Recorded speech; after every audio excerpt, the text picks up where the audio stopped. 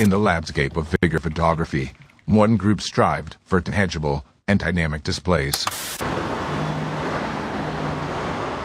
time to explain. Get in the rows.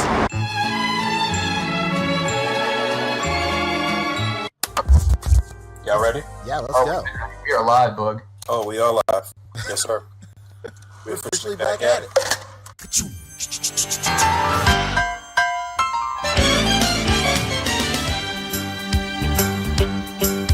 It's a rare condition this day and age to read any good news on the newspaper page. And love and tradition of the grand design, some people say, is even harder to find. Well, then there must be some magic clue inside these gentle walls. 'Cause all I see is a tower of dreams, real love bursting out of every scene.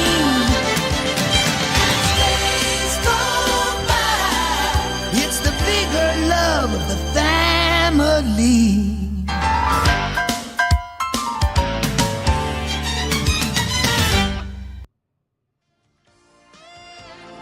The Articulated Comic Book Art Podcast is filmed in front of a live virtual audience and is funded in part by viewers just like you.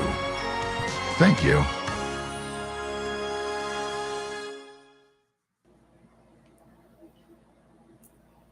Yes, sir.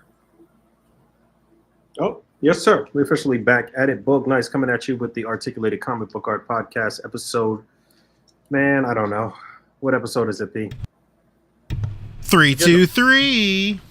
323. I'm your host, Bug Nice. Got my boys with me. Fabster, 360, Rick, Dom, Pan, Cheesy. We are here. Were we here last week? No, we didn't have a show last week. No, we had to celebrate HBD USA, you know? Absolutely. Correct. You know, and the week before that, I think I was gone. So this is our first time with the four of us back. How you boys been? Fantastic. Good? Great. Really? How's the baby boy? He's incredible. We're fast approaching SDCC. We got jitters and stage fright going into it. Everyone Butterflies. Stage fright. Hilarious. Absolute butterflies. We all got our badges, right? It's official. Official tissue, baby. Mm-hmm. But we did have some special guests on tonight, and I'm so glad that this all happened. Rick, you muted, brother. Right. Oh, Rick is muted. I've been riffing this whole time. Rick, Nobody got to hear it. buddy, give us a take two. I said, Poncho, don't lie to me. Is your son really doing great? What did I say? I said, move out of the way. We're fucking pressed. I said, get the hell out of the way. We're pressed. Or something like that. And yeah, Checks out. that's what I had. And because SDCC is like right around the corner, everything is like news-wise just kind of hitting us all at once. And by next week, we're going to be so flooded with SDCC news and anticipation, there won't be really anything else to talk about. So that's why it's great that right now we were able to get in some special guests before that rush who actually have a Kickstarter launching just in a couple days next week, July 16th. That's fast approaching. On the precipice. I know. And we wanted to devote a good amount of time to them today to talk about their campaign because we have been covering it here and there on the show, the last few months as we've seen some progress, friends of ours that are involved. We're, of course, talking a little bit of Brutal Realm. And, man, that would have been some great timing right there. Brutal Realm. And again, we have it's something about this room. I don't know. Brutal Realm. So without further ado, we do want to bring in some of the people and personalities involved with Brutal Realm one at a time. We're going to bring them in. Let's start with Jason here. Jason, how you doing, man? Hey, good. How are y'all doing? Good, man. Tell us what you do in Brutal Realm. Give us a little bit of a rundown. All right. Get us that rundown. Tell us your history and collecting and toys and stuff first before you jump into the project, though. Just give us a little backstory about you, Jay. Okay, so I was born in the 70s, grew up in the 80s. And of course, my fifth Christmas was my most memorable Christmas, 1982.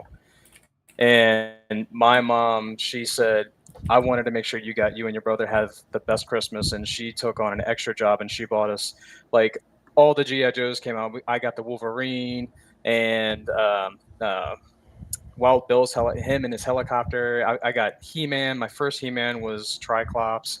I just fell in love with all of it. I was 5 years old and I was like, oh my god, this is toy heaven. And I remember asking Santa that year for like all the Star Wars, all the GI Joe, all the He-Man, and I was surprised. So it started there. And my older brother, he was 15 at the time. He introduced me to Spider-Man, and he had the Death of Gwen Stacy comic, the first that first printed edition of that comic, and he gave it to me, and I held on to that for years, and I'll never forget. And so through the years, I started collecting more and more. Masks came out. I started collecting Masks, Sky Commanders, Visionaries. So that's where it all started, and it just continued through my teen years, where teenager in high school, and people are like, "Oh, you toys and stuff." So I really didn't advertise that I was a toy collector, but I was, and I also drew a lot. I'm not an artist by any means, but I love to draw, and so like I started collecting comic books. Comic book was my thing. And then I joined the Marine Corps, and I started collecting more and more action figures in the Marine Corps. And some of my Marines came in my barracks room, and they would see all my action figures of Spawn. That's when McFarlane did, not too much articulation. He did more of the statue type stuff, which is articulation, huh? yeah, which he's trying to bring back now. But anyway, so I had that on my shelves and stuff, and they would ask, and so it just kept growing and growing, and then it kind of stopped for about 15 years. I still collected some things, but not as much as I wanted to. And then you joined the military right after high school? Right after high school, I was 19. Yeah, I didn't go the college route because I was just done with learning at that time. But in the military, it's all about learning. You're learning from the moment you enter until the time you get out. You're learning. So yeah, one way or another. Yeah, it was a different kind of learning. It was a better type of learning where it's more hands-on rather than sitting in a classroom. So it was a good change. All right. But yeah, but that's, I just kept with it, kept collecting comic books, reading, and then I didn't actually read comics until I was in the Marine Corps. My roommate, before I became a sergeant, I was a corporal. That's an E4. We had roommates up until you become an E5 sergeant. So my roommate, he was like, "You have all these comics, don't you read them?" He collected comic books too, and he read them all. He had Age of Apocalypse and all that stuff, and I was like, "You actually read those?" I was looking at them for the art.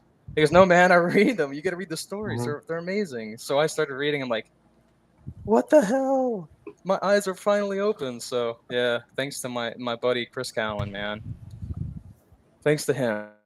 The stories, yeah. So very similar story to most people 70s, 80s for sure, especially with Joe, He-Man, all of that type of stuff. Yeah, the marketing of like the cartoons, and then you have to have the toys with the marketing was just insane. I mean, they killed it. They absolutely killed it, and turned out to be a lot of collectors from that era. 100%. Okay, so yeah, give us a little insight into how you got into making toys and what you do with Brutal Realm right now. Okay, so I did a little bit of kit bashing, and I had posted a couple of not videos, but just regular photos on Instagram through social media that I really wanted to make action figures. He's like, "Yeah, man, I do." Oh, and he told me his idea, and I was like, "That's freaking awesome too." So, but we ended up not doing either of our ideas, and we're like, and James was like, "Bro, what about barbarians?" So, and then I was like, "Hell yeah, I love sword and sorcery, and barbarians, and I love Vikings. I like realistic, and I also like fantasy, both of like medieval fantasy, sword and sorcery, all that. I like both. So we kind of came up with an idea of, well, let's do some characters that are based on, real world belief, and also characters based on different cultures and warriors, and who would be like really badass in those different cultures, and how we can introduce them as characters and how we can change them up a bit. So then we're like, okay, yeah, let's start a company. We started a company 2 years ago. It was October 25th of 2020. And we started our first ideas. We had written down and communicated with each other, and James found Dasar Uartha, the artist, the 2D artist, and we just came up with the sketches, and we would say yes to this. Here's what we want. Here's the look we're going for. And he's more of a like comic book, and what we love is the realistic nature of Frank Frazetta and how brutal and gritty it looks. Right, we wanted that look, but also Dasar. I love Dasar's art. It's you could see Crowman right there in the green with the green behind him as you're scrolling. Like that's very a little bit more cartoony, but very comic book-esque, and it's just his art is awesome. So we turned his neutral. We have neutral poses of all of our characters, and we found a 3D modeler, Ed De Los Reyes. I guess he's in the Philippines, and he had done some other work for, I believe, Super 7. And it was really good. And then he turned over what our first prototype is, what you see there. You see the painted version of Ogun and Crowman. Oh yeah, there you go. There's the main photo of Ogun. There you go, Ogun. So he sent us that main prototype, which is our body 1.0, and we had Artman Customs, Nico, print them and paint them professionally. James, he already had a relationship with him, and I had talked to him before because I wanted him to paint something of mine, because I was trying to do a Roland Deschain from the Dark Tower series custom. And so James knew him, and he's like, hey, could you do this? And he's like, yeah. So he printed them out. He let us know all the issues. There were issues with the shoulders. You can see with the shoulders, they're too wide, and then how it's articulated inside, it's not what we wanted. So when you pull the shoulder out, it's supposed to be more spherical, but it's more shaped like a rounded triangle. Well, we'll come back and take a look at the campaign and some of the prototypes and stuff. Yeah. We want to let the rest of the cast in here real quick. Yeah, they need to talk. As you mentioned him, let's let James. How can I follow that? What's up, guys? What's up, man? Thanks. Thanks for being on here tonight. Oh, it's my pleasure. Let us know real quick what you do for Brutal Realm, and then we'll get our last guest in as well. Yeah. I am the other half of Brutal Realm. I mean, we have a huge team, but the other half that started this whole adventure, and I more on the creative side in terms of the stories and the characters. I mean, Jason definitely helps with all that, but I'm the one that starts it all off, and then we roll from there. So yeah, give us a little bit of your history with collecting and how you got into toys and stuff too, please. My history started off same as him, child of the 80s, growing up in Jersey, single mother, could barely afford toys, but my best friend could afford all the rest ones that I couldn't. So 80s was like the best time to collect, and I kept collecting through the 90s with Transformers, Beast Wars. I love that shit. Yes, CGI. Excuse my language. I don't know if we can curse. But, no, you can curse. Cool. So I kept collecting Transformers, and then Marvel Legends came around, and I was like, all right, I'm feeling this. I remember the first time I saw Marvel Legends at Blockbuster Video. If any of you kids even know what that is out there. Wolverine, I think was the first one I had, and I still have it. And I started collecting here and there, but McFarlane, I would collect some statues here and there, but I really got into collecting with the return of Marvel Legends, with that return of Marvel Legends, especially that Thor. Oh yeah. And then that hammer. Yeah, exactly. And then way later on, I got Nova. And I got some Marvel Select, that Juggernaut. Marvel Select Juggernaut was like a big one. And and I started following Dan Larson on his art page, and I realized that there was this whole community on Instagram, and I found y'all, I found Wade, I found so many people that I'm a huge fan of now, and started messing around with toys, taking some shitty photography, and I got lucky enough to become friends with Jason through that, and here we are. Excellent. Oh yeah, and last but not least, we got Vonner in the building, a man who needs no intro. No intro. We're talking about War Machine himself. Come on, man. Ooh, Lord, Oh man, I should have grabbed my. sleep over here. ACBA podcast alumni right here. Anyway, he's been on right. some of the Oh, We had to bring the real star with us. Rick, Fat, Book. Yo, Book. What's you know, up? I love that theme song you did back in the day, man, with those horns. Oh man. Yo, that was. I'm so pissed that I lost my iPod because that was one of my favorite tracks on my iPod. Like that's how far back. Oh man. And man, somewhere on this planet, that thing is sitting there with that track on there. Still on That should be a merch idea right there. The ACBA mixtape, actual cassette. Oh man. Well, how you guys doing, man? How We're you guys doing good, doing? man. Feeling good. Good, Dave, good. tell us how you got involved with this project, because you've been everywhere these past 10 years. I mean, well, here's the thing. Like I guess when we all saw Brutal Room, we all kind of was like, damn, right? I mean, like whether you first saw the designs or you first saw the sculpts or you first saw like the painted, samples, whatever you saw somewhere, you just said, damn. So that's kind of like what happened, man. When I saw what they were doing, it was on that end was just really dope. But also too, just from the creator side, like I love how they're just kind of taking the reins and doing what they want to do. And to me, that's like I kind of feel like where our industry is now. Like I think that the big companies kind of thought that you guys would age out, you know what I'm saying, and age out of this, and this stuff will kind of fizzle away and die.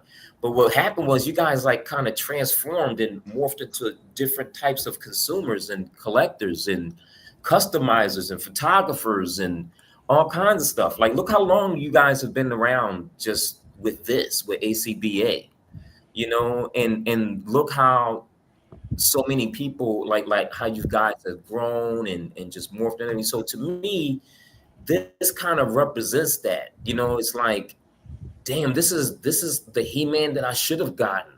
This is the Conan that I should have gotten, or like that I want now. Because we have so much reference behind us. We've seen so much cool stuff. And personally, like I love the 80s. I love the 70s. I mean, I'm 52 years old, so I was like directly impacted by all this stuff. But that stuff never would have came about had everyone just kept doing the same old thing over and over again. And I kind of feel like right now we're just stuck in 1980 something, and so it's so dope to be able to see new brands and new characters that may still have those touch tones and all those points, but it's like, man, like it's something beyond Master of the Universe. You know what I mean? I'm so glad you mentioned that, dude, because that's something I say all the time about the indie toy scene these days. It's like, yeah, we can keep buying the same stuff we grew up with, but what's to be said about the stuff that's being created now that we're going to be nostalgic for in 30 years?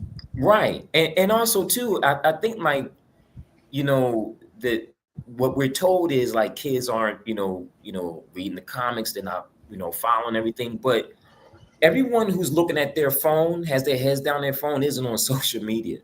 Like a lot of times when these kids have their heads down there on their phone, they're playing games and they're following along in that world with those characters, and so it's like you gotta number one, engage where the kids are, but also too, like we're still in the blast of clearly of the 70s and 80s and 90s. I mean, we're still in like, you know, when that giant atomic bomb goes off and like you see everything blown back, that's still happening. Like you mentioned Marvel Legends, you know, getting Wolverine and Blockbuster. You know what I'm saying? And that was, look, we're still in the wake of that. You know, so now when you see Brutal Realm, it's like, man, this is like, it makes me think of Marvel Legends. It makes me think of No Two But, or it makes me think of Mezco, but it's like, yo, this is different. You know what I mean? This is a little bit more raw, it's a little bit more edgy. Yeah. You know what I mean? It's a little bit more gritty, you know, and we can really show it off.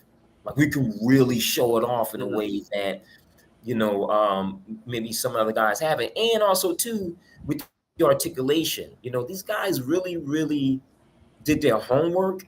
And I see, like, we meet every week, you know, and I see how literally every day they're noodling and updating and fixing and improving from viewing it from a fan standpoint, but also how I'm like view it from a consumer standpoint, and they're viewing it from all aspects. It's like they're looking at it like Dr. Manhattan. You know what I mean? Like it's a diamond with all these facets, and they're seeing all the different views and perspectives, how to deliver these guys like in the best way. So like when you look at like how that figure right there is posed out, and even though it's a prototype and that's true, but look how just that's how we saw He-Man, like that little bit in the cartoon, or that's how we saw Fire and Ice, or you know when we watch Conan, like those little movements, those little nuances, those are the things that stick in our head, and it's cool that the figure can actually, you know, get into those little nuances. So, you know, what I'm doing, when I saw all of that, I was like, yo, I got to be a part of this.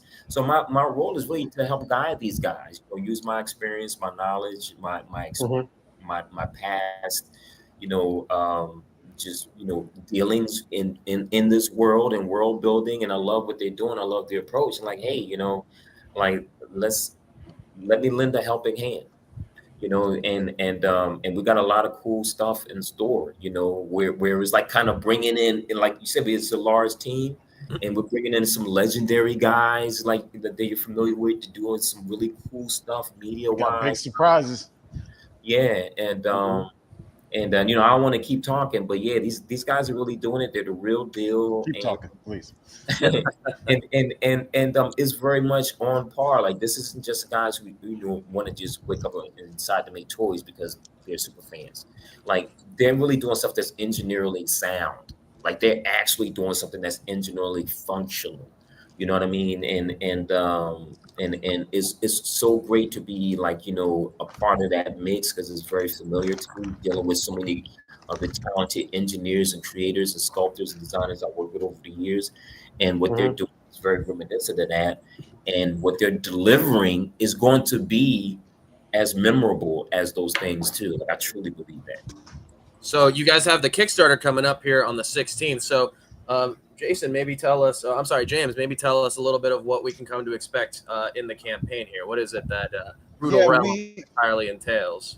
We decided to wait until the best possible moment to launch our Kickstarter, which was right before HasLab and San Diego Comic-Con, where we would probably be drowned out by everyone. Yeah, I mean, you know, yeah, what are you going to do? We don't want to wait any longer. None of our fans really want to, and we're just going to go for it. How long is the Kickstarter going to run? 45 days. We need as much time as possible. It's going to start off next Tuesday. I'm hoping to launch it like Monday night, 12 a.m. So it'll start, you know, officially. Look at that guy. He's awesome. Yeah. That's our basic barbarian. That's what I was going to ask. What's the like base offering? Like, how is the Kickstarter going to be tiered? So, if you could tell us some of that. Absolutely. So it's going to be our funding goal is going to be around 140,000. We got our basic barbarians to start us off, along with our main three characters. We're trying to maximize that base buck as much as possible. We have so many people that are interested in the articulation and making customs and make army building barbarians and Tarzan, whatever. So we're starting off there. So essentially, we're starting out the gate with kind of like 6 characters. There's going to be an indigenous guy, African, a European, and then we have our 3 main characters: Ogun, the god of iron, who's kind of the inspiration for all this; Cronin, the destined future barbarian king. That's the guy in the middle, the blonde. And then we have Croman, the beguiled barbarian, who, when the lust for blood on the battlefield overtakes him, the demon of death takes over and his face melts away and his axe gets thirsty for blood. Yo, I love the tattoo on his chest. Like it's so like metal, yo. Thank you. You know what I mean? Like it. So what happened was that tattoo, it's kind of not a tattoo, but yeah, it is. You know the whole story. But so 3 witches tried to capture this demon, and they took Crow and used its spirit to fly down into the depths of the void to bring this demon back up to do its bidding and inhabit this body. And so that crow, when it was sacrificed, kind of melted into his body, and that's what gives it its imprint. And so he's literally a crow man. That's amazing. I don't know who comes up with this stuff. I love it. Play on words, sir. I come up with the most unique names, Hey, like this is on some literary heroes type stuff. There's no doubt that you guys are children of the 80s. That's for sure. Oh, for sure. Is it that obvious? Is it that obvious? But more importantly, like everything you just said, yeah. But look how cool he looks. Absolutely. Look how cool he looks when you put the skull head on. Yeah, I was gonna say the skull. Let's talk about the skull head. Let's go ahead. That's the old one. I just sent. I don't know if you can pull it up, Fabio, but I sent the new skull render to you. I think in the messages, if you want to show that off. I have the articulation breakdown. Yeah, and Jason has. That's still the old one right there. That's on the old body with the old head sculpt. We got a new body which has even better articulation. The knees on that one were a little funky and the shoulders weren't working that well. But we've got a new head sculpt done by Orbis, which has even more definition, because when you get this stuff manufactured, you want to have as much definition as possible so it comes through.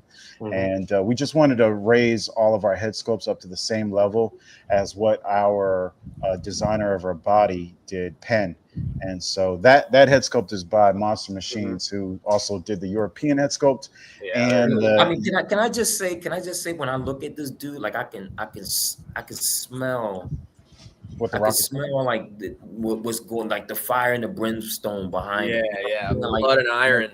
Yeah, you know what I'm saying? Like I love just how crazed he looks. Like there's something like completely off about that dude that is just like, man. You're talking about the toy, right? Not me.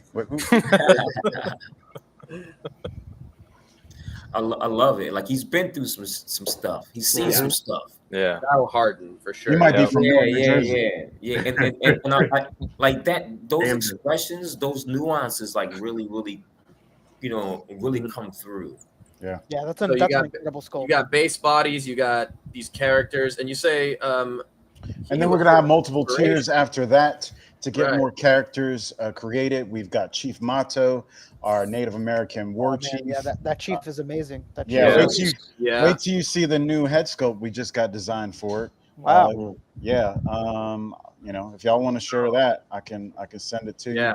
I printed out that head sculpt right there, and when I had it actually in hand, James and I both agreed that it just looked a little too cartoony and not realistic enough for us, right? We wanted to, we really wanted it to embody, like truly embody the indigenous people of this country. So what our sculptor has done is he's come really, really close to what we wanted it to be. So it's wait till you see what it looks like. Oh, there we go. Yeah. There we go. Yeah. Oh, with the headdress removal. Yeah. See, see that? You see that right there where you just shit. That's what makes you fall in. I like that. Yep. That's it. Yeah, this is. We're not that's trying to crazy. play around, guys. Yeah. You know, we're collectors. We know what should be done. Why, you know, Jada Toys is doing it.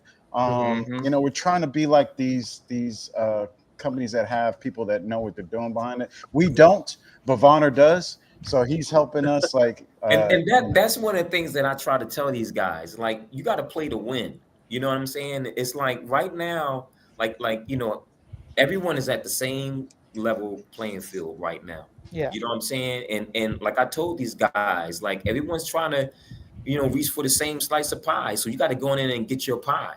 You know, and the only way you're going to have to get it is come up with something dope like this. we're That's trying. incredible. We're trying. Hopefully, Well, it's Sweet with Potato the, Pie. That's my You favorite. say this With character the, right here was kind of the inspiration behind the whole line. So how did that come about? I've always been obsessed with the pantheon of West African gods. I feel like they're not celebrated enough. We know about Greek, we know about Roman, we know about Viking, we know all these. We know Egyptian gods, but my ancestry is partly West African, and I don't feel like nobody really knows about our history or culture. So I agree. I can attest to that because I knew nothing until you educated me. I didn't know anything until somebody educated me. So my great grandfather is like 80% Nigerian. So this is a Yoruba god that's part of one of the religions out of West Africa. And am I still there? Yeah. Yeah. we are. Oh, okay. I can't see myself. Anyway, and I get upset when I can't see myself. Anyway, so this is Ogun. He's one of the main ones. He's iron making. Kind of started in Africa. Not many people know that either. If you trace back iron work, it started in Africa, and Ogun is thought to be the god who brought that to humanity for all of us. And so because of that, he has powers over metal. You know, he has an intuitive nature to it. You know, it bends to his will. It listens to him. It sings to him. He can command it. So we wanted to have him have a dope ass, like, authentic sword. I looked up a whole bunch of African swords, West African swords, and this was one that was dope. Hopefully we can bring a lot more because they're different than anything we've ever seen. And that's what we're trying to bring, is something that we've seen, a lot of stuff we haven't seen. Just mix it all together, because that's what this world is. It's just this beautiful big melting pot. And so and we still love cool figures. You know what I'm saying? We still love cool stuff. You know, at the end of the day, the story is, you know, a vehicle for these cool figures, right? So I love the idea of starting with the figure, and then what is the best storytelling device to get this kind of thing out there. I love storytelling. I want to be a writer, a storyteller. Who knows where this might go? You know, everybody wants comics, video games, animation. This is where it begins. If we can get backing on this, we can create bigger and bigger stories. And who knows where we can go with this. Well, sounds like you guys have a very reasonable base goal. And considering the success of a lot of Kickstarters over the past few years and how they've blown out their minimum goal in a lot of cases, it looks like you guys might. We're hoping, because we have a total of 21 characters that we can do. So if people are really feeling it, if we can get past our initial funding goal, we've got a whole bunch. As you can see there, we've got Uruk, who's out of Persia, kind of like a Gilgamesh. Uruk is the city that Gilgamesh was known for, but Gilgamesh himself was a lot taller, so we didn't want this to be our Gilgamesh, but very reminiscent of that classic hero. We've got the Owl King, who's got like a Scandinavian look to him. We've got General Khan, who's like this Mongolian. That's the Owl King. Yep. Commands owls. He's like this incredible Viking warrior. We've got villains. We've got an army builder villains called the Shadar, which are those ninja-looking guys. They literally come out of the shadows of heroes, and attack them. And there's nothing worse than fighting yourself. We're all our own biggest enemies sometimes. So let me ask you this: in terms of the cachet of characters that you guys have, are you trying to get the initial Kickstarter in a position where you can release all of these guys, or would this be over like, you know, maybe a second Kickstarter after the success of the first one, or how's that work? We want to be prepared to see how big our fan base is. And both of us are an unending source of characters and ideas. We've got so many. This is just a small portion, so we couldn't stop having fun and creating, especially since the base body is the same. We can create so much variation to that. So we wanted to maximize it as much as possible. So we have 14 of our characters on the male body, and then once all those goals, all those tiers are hit, we have a female body that everyone wants to see us do from our fan base, it seems like. So we have about 4 characters from that. And then we're going to take advantage of the body proportions we have and do a primal set of figures. So, that's a cool thing. Like, that now, like when you ask how far they can go, or, it's really the setup is like, this is the foundation and to go forward. But this is very much like, these guys are very much of the community, and like the sculptors, these guys, everyone is part of the community, and it's really like we can take this as far as the community wants us to go. Exactly right. Yep. And not just the Kickstarter route, but this is how we drum up the support, that foundation, like, hey, like this is what we're doing, and then from there, this is when we grow, and the community is along for the ride. Like you'll get into it, but like from the packaging, the different sculptors, including myself, like everyone is literally of the community, and they're putting like their passion into it. And it's like, hey, like let's lob this up to the team, and like, yo, man, like this is for the community, so let's have the community support this as well. You know what I mean? And by listening to you guys and engaging with you guys, giving you what you want, and understanding that there's a lot out there, but it's like, this is truly something different, a different type of mechanism, a different type of approach, and a different kind of passion.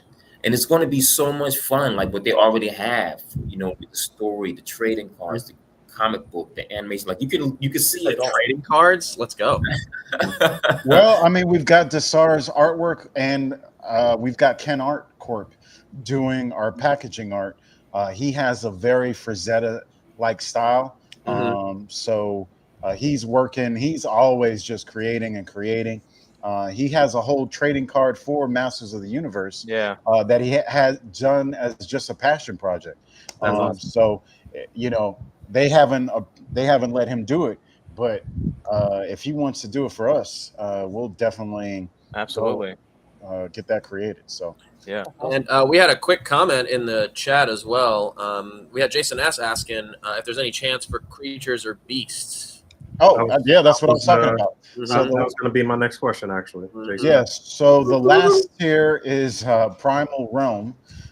If fully funded, we're going to have a furry version, or hairy bestial version of our. That's got a different connotation now. Exactly. Whoops. And Freudian slip. Anyway, Primal. Yeah, there we go. That's on the old body, but you can see the potential there. If you put that same type of fur and accessories on the new body we have, it's going to look even better. And we've got Lion Lord as our lead character for that, and that'll springboard into bigger bestial characters, creatures. There's no way we can create this world and not have, if the fans want it, some sort of riding animals of some sort. Who knows? Who knows what kind of animals those could be? Wolves. Lions, Ligers. Why isn't it? Ooh, I shouldn't say that. Ooh. Oh, hold up, my bad.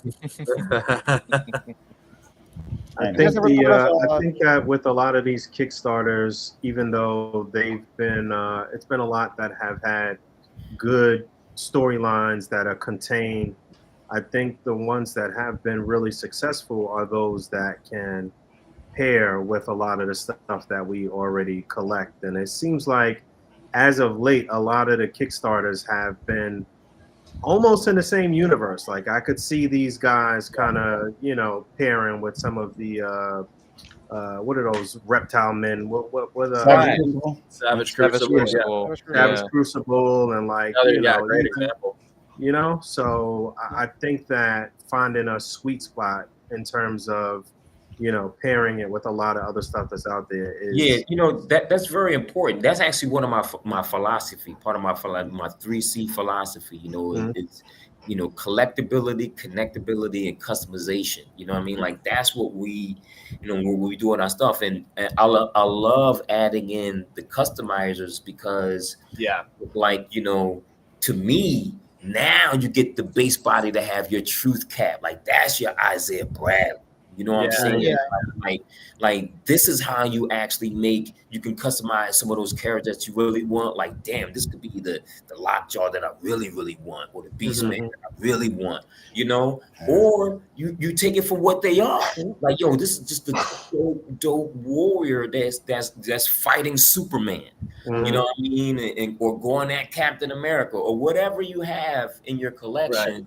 It fits right into there in so many different ways that it's a seamless thing. Exactly, yeah. You guys did these great new base bodies, and I'm glad that it's like you have a nude option for these guys too, because I don't know if you've seen what's going on in the third party realm, but there's a lot of just companies that pop up, just produce these nude bodies that people then just add goods and customize from there. So that's another really good element to these is people just want a good, clean buck they can make goons out of, or like you said, big muscular cool, buck. soft goods outfit for him. Yep. And that was one of the things when we were designing. We're like, well, are we going to have the armor removable? And that just made the most sense, right? Because you can take that naked body and reuse it for whatever other character, and you can just apply any of the armor. So if you want Ogun there, if you want him to be a base barbarian, he can be a base barbarian. Take off his greaves, replace his boots with bare feet, take his gauntlets off, take his harness off, take his belt off. You can do all those things, right? And then you got a base barbarian of Ogun. And that's what we wanted to do across the whole line, and keeping it the same and keeping that same physique, adding texture to the skin and giving him fur, and then possibilities of giving him scales, maybe a turtle shell, this and then the other. And I'm really getting ahead of myself when I say something like this, but Vonner not that long ago worked on a project near and dear to all of us, Unparalleled Universes Odious. Which should be in hands really soon. Comic-Con. Yep. Thank you guys for the support. Thank you so much. It's been amazing. I can't wait to get that exclusive version. But speaking of furry version, there would never be like a collaboration of sorts with Wade. Hold on. Before you go down that route, Wade is very particular about his property. Wade is capable and with Vonner to make Odious in all the iterations that we'll ever need. So let's leave Odious to Wade. Wade's very, very specific. He thinks these bodies aren't jacked enough. You know what? I don't know if you guys know this, but Wade lives like 15 minutes from me. Let's go drive over to his house. Absolutely. Oh, wow. While we live. I've known people who have made custom Odious figures or something adjacent, and for fun, and But what I do love the idea though. Like it may not particularly be with Odious, but I love the idea of collaboration and crossing over, particularly in the independent world, because like we can do that. Like I mean, come on, like we all know that eventually there's going to be a Marvel versus DC film in some type of form. Exactly. But like it's the reason why that's going to happen, because we love that. That's what we do in our collection. I mean, like like that's what everyone does, you know. And if the companies want to keep the facade like it doesn't happen, that's crazy talk. Everyone does it. So it's like, but the thing is, it's like we can build these relationships, you know, with other creators where we can do it, like, because like again, like we're part of the community and it's a united front. Like you see Valaverse is doing that with his vehicle. Like, look, and that was a dope collaboration.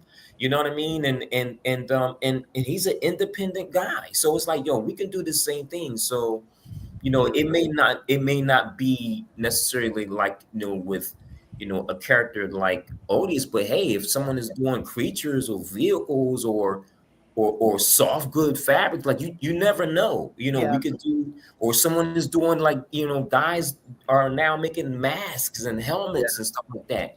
This stuff is ripe for role play, for cosplay. Right. You know what I'm saying? So we can take the idea of having props to a whole nother level and really make this an inside thing where it's like, man, like, you know, it's a movement now where we can really bring this stuff forth and be forthcoming with the relationships we have. We just got to come to terms, and like the lawyers don't control everything. We control the lawyers. You know what I'm saying?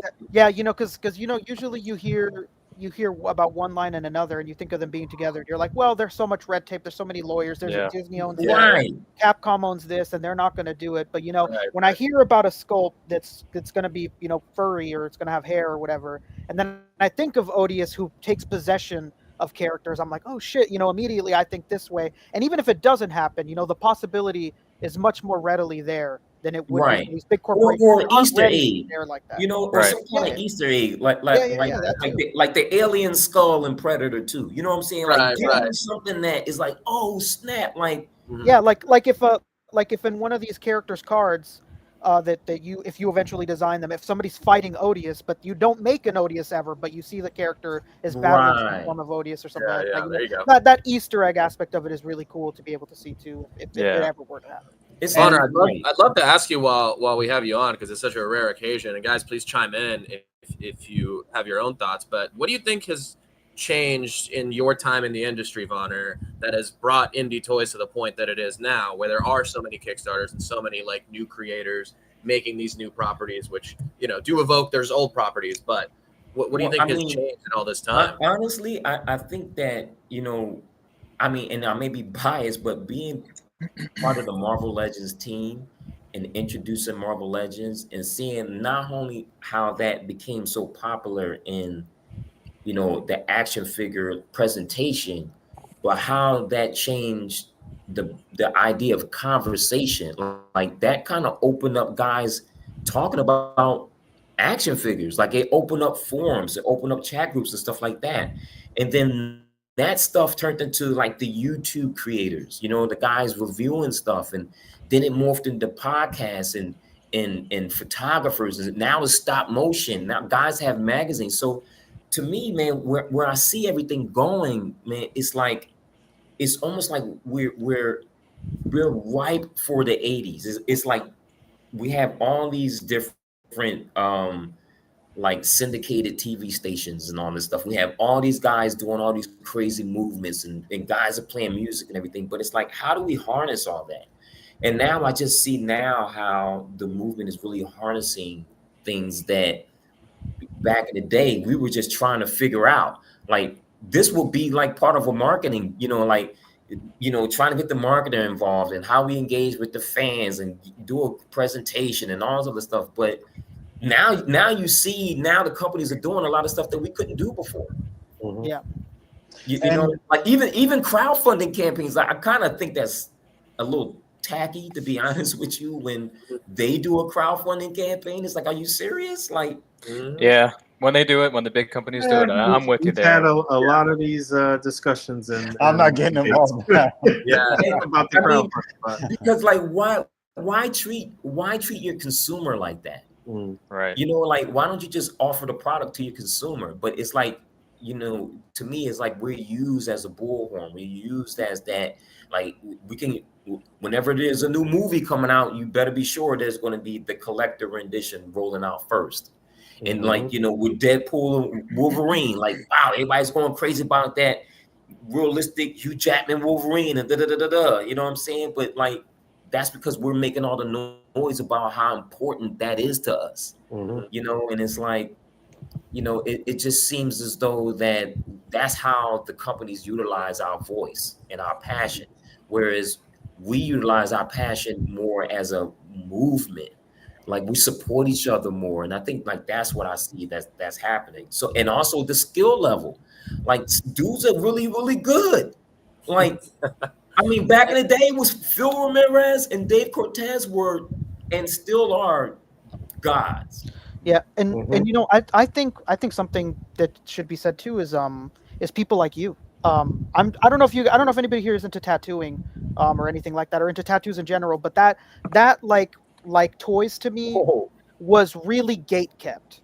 People didn't want you in. They didn't want to talk to you. They didn't want to tell you how something worked, how to enter in the industry. And now different people are super open to telling you this is how we did it, how you can do it. And you're one of those type of people, you know. It's agreed. These hobbies and these you know, interests, they're opening up a lot more than they ever did before. I think the YouTube community was very integral in that happening. You know, sharing the process, reviewing. I used to get in trouble. I got in trouble so many times for like wanting to engage with you guys, or I had to go through the Hasbro media training, which is the best in the world. But before, when I was raw, I was getting slapped on the hand all the time with what I was saying. But I was like, yo, these are like the golden nuggets. You know what I mean? Like it's like hip hop or rock. It's like when guys started to look like us, that's when it just became more authentic. And I feel as though that when guys, you just wanted to be talked to, like, hey man, don't talk to me like it's a marketing presentation. Talk to me like I know you're a fan, I'm a fan. Yo, why can't we just have this, or why can't we just have that? You know what I mean? Or how is this made, or what's the story behind that?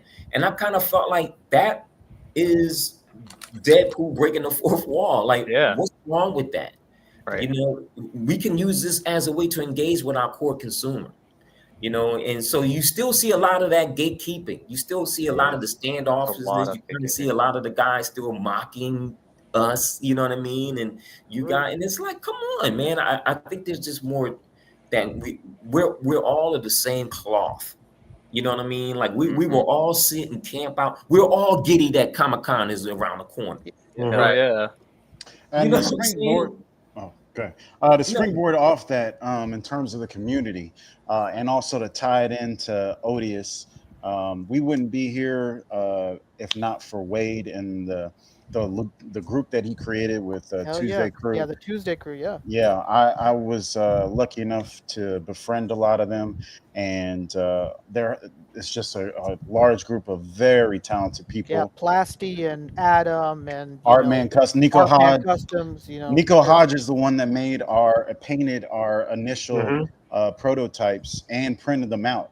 And we learned so much from him. And Adam was nice enough to always listen to me, ask him any questions about articulation. And Wade, I just keep bothering him, and he continues to help me out, even though I'm sure I'm bothering the shit out of him. Let me ask you this: Are either of you guys going to be at Comic-Con? No, we're not able to come to San Diego Comic-Con this year. But you know, if we get funded, we'll be there, and we'll be there next year. I'll in some be capacity. around. I got you. I'll be floating around. Vaughn will be there. He's part of it. We our first official presence with our prototypes. Other than we were at in Augusta, I was at Joe Fest. Joe Fest. Yes, that's what I said. Okay, yeah, I didn't even mean in terms of just representing the brand. I just meant just for fun, just to kind of kick it and meet with people in the community. I'm too broke. I'm putting all my money in it, so like this, I'm not able to do anything. I almost was going to go, and then I saw that all the badges were freaking sold because I wanted the Cobra Commander.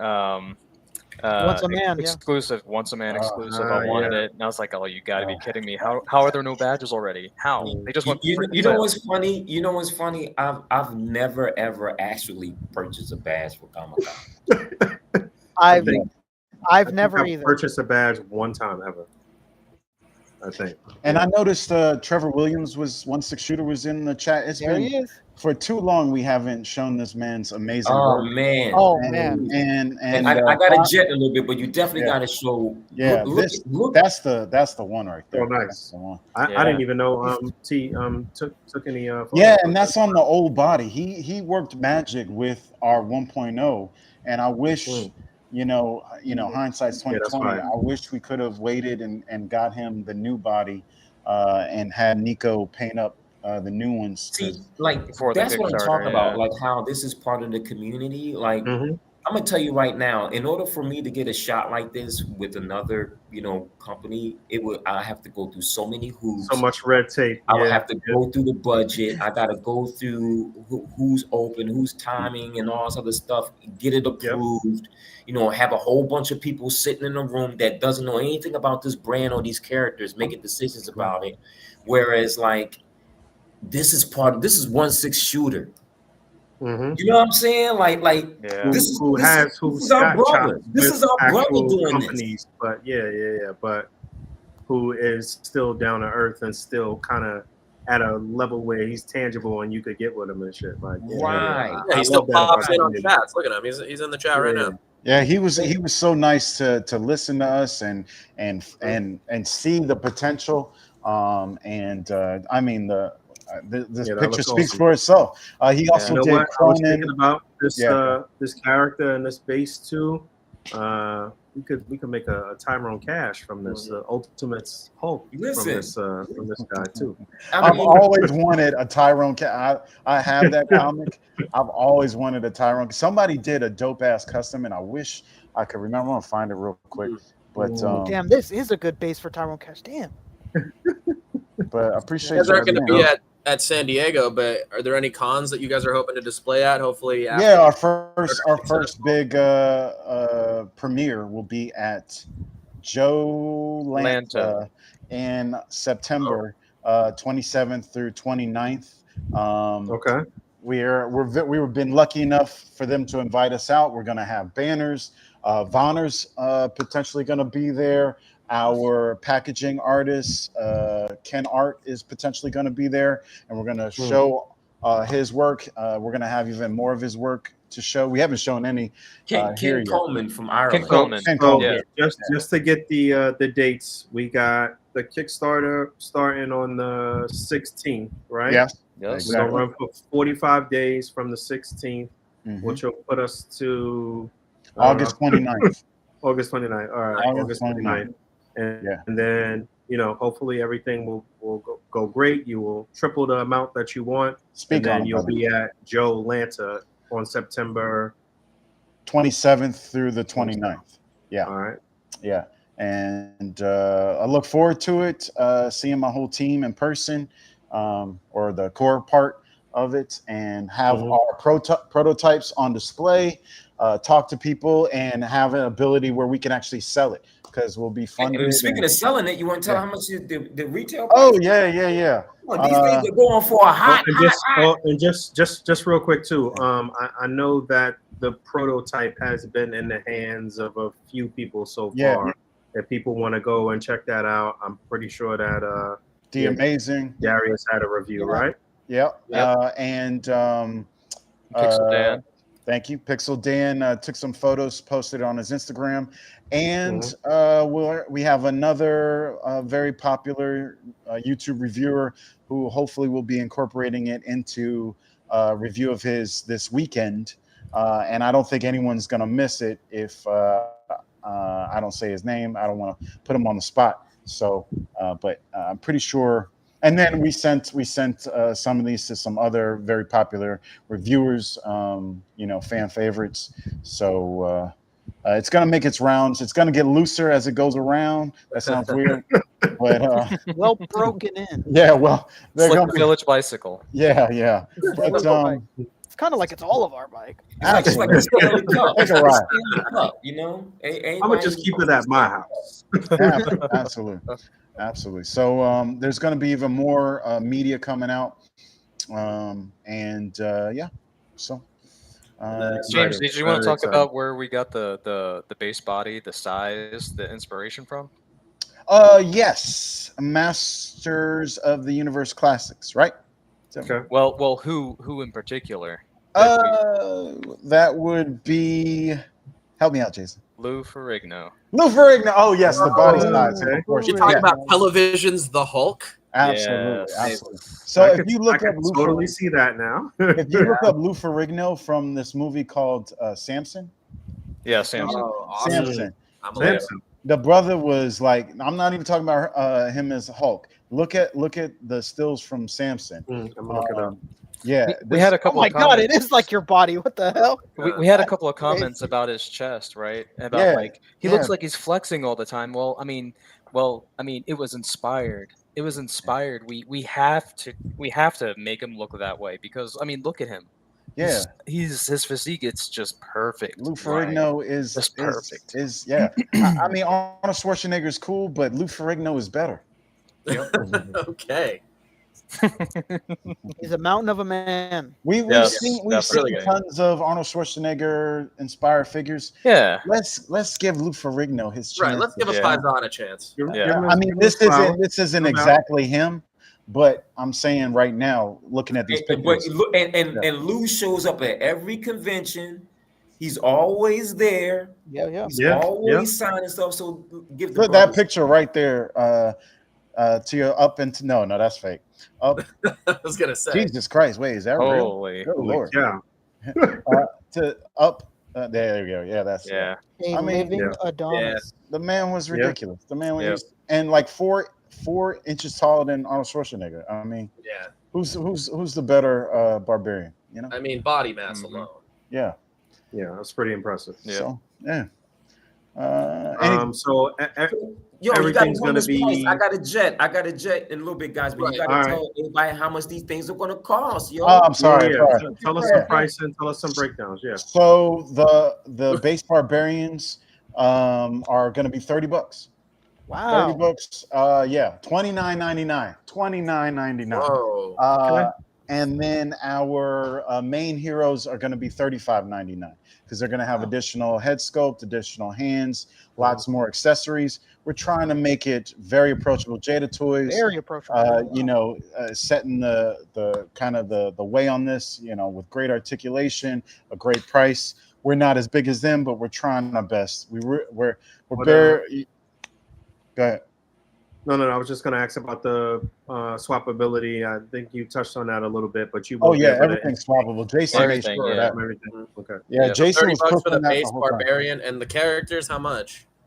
$35.99. 35. Whoa. Okay. And there then you go. and then we're gonna do blank bodies without the loincloth, with the feet, and we're probably gonna go lower than $29.99 for those. We're still working out prices on that, but we know there's a huge. That'll be customizing- part of the Kickstarter. It has to be. It has to be. possibility.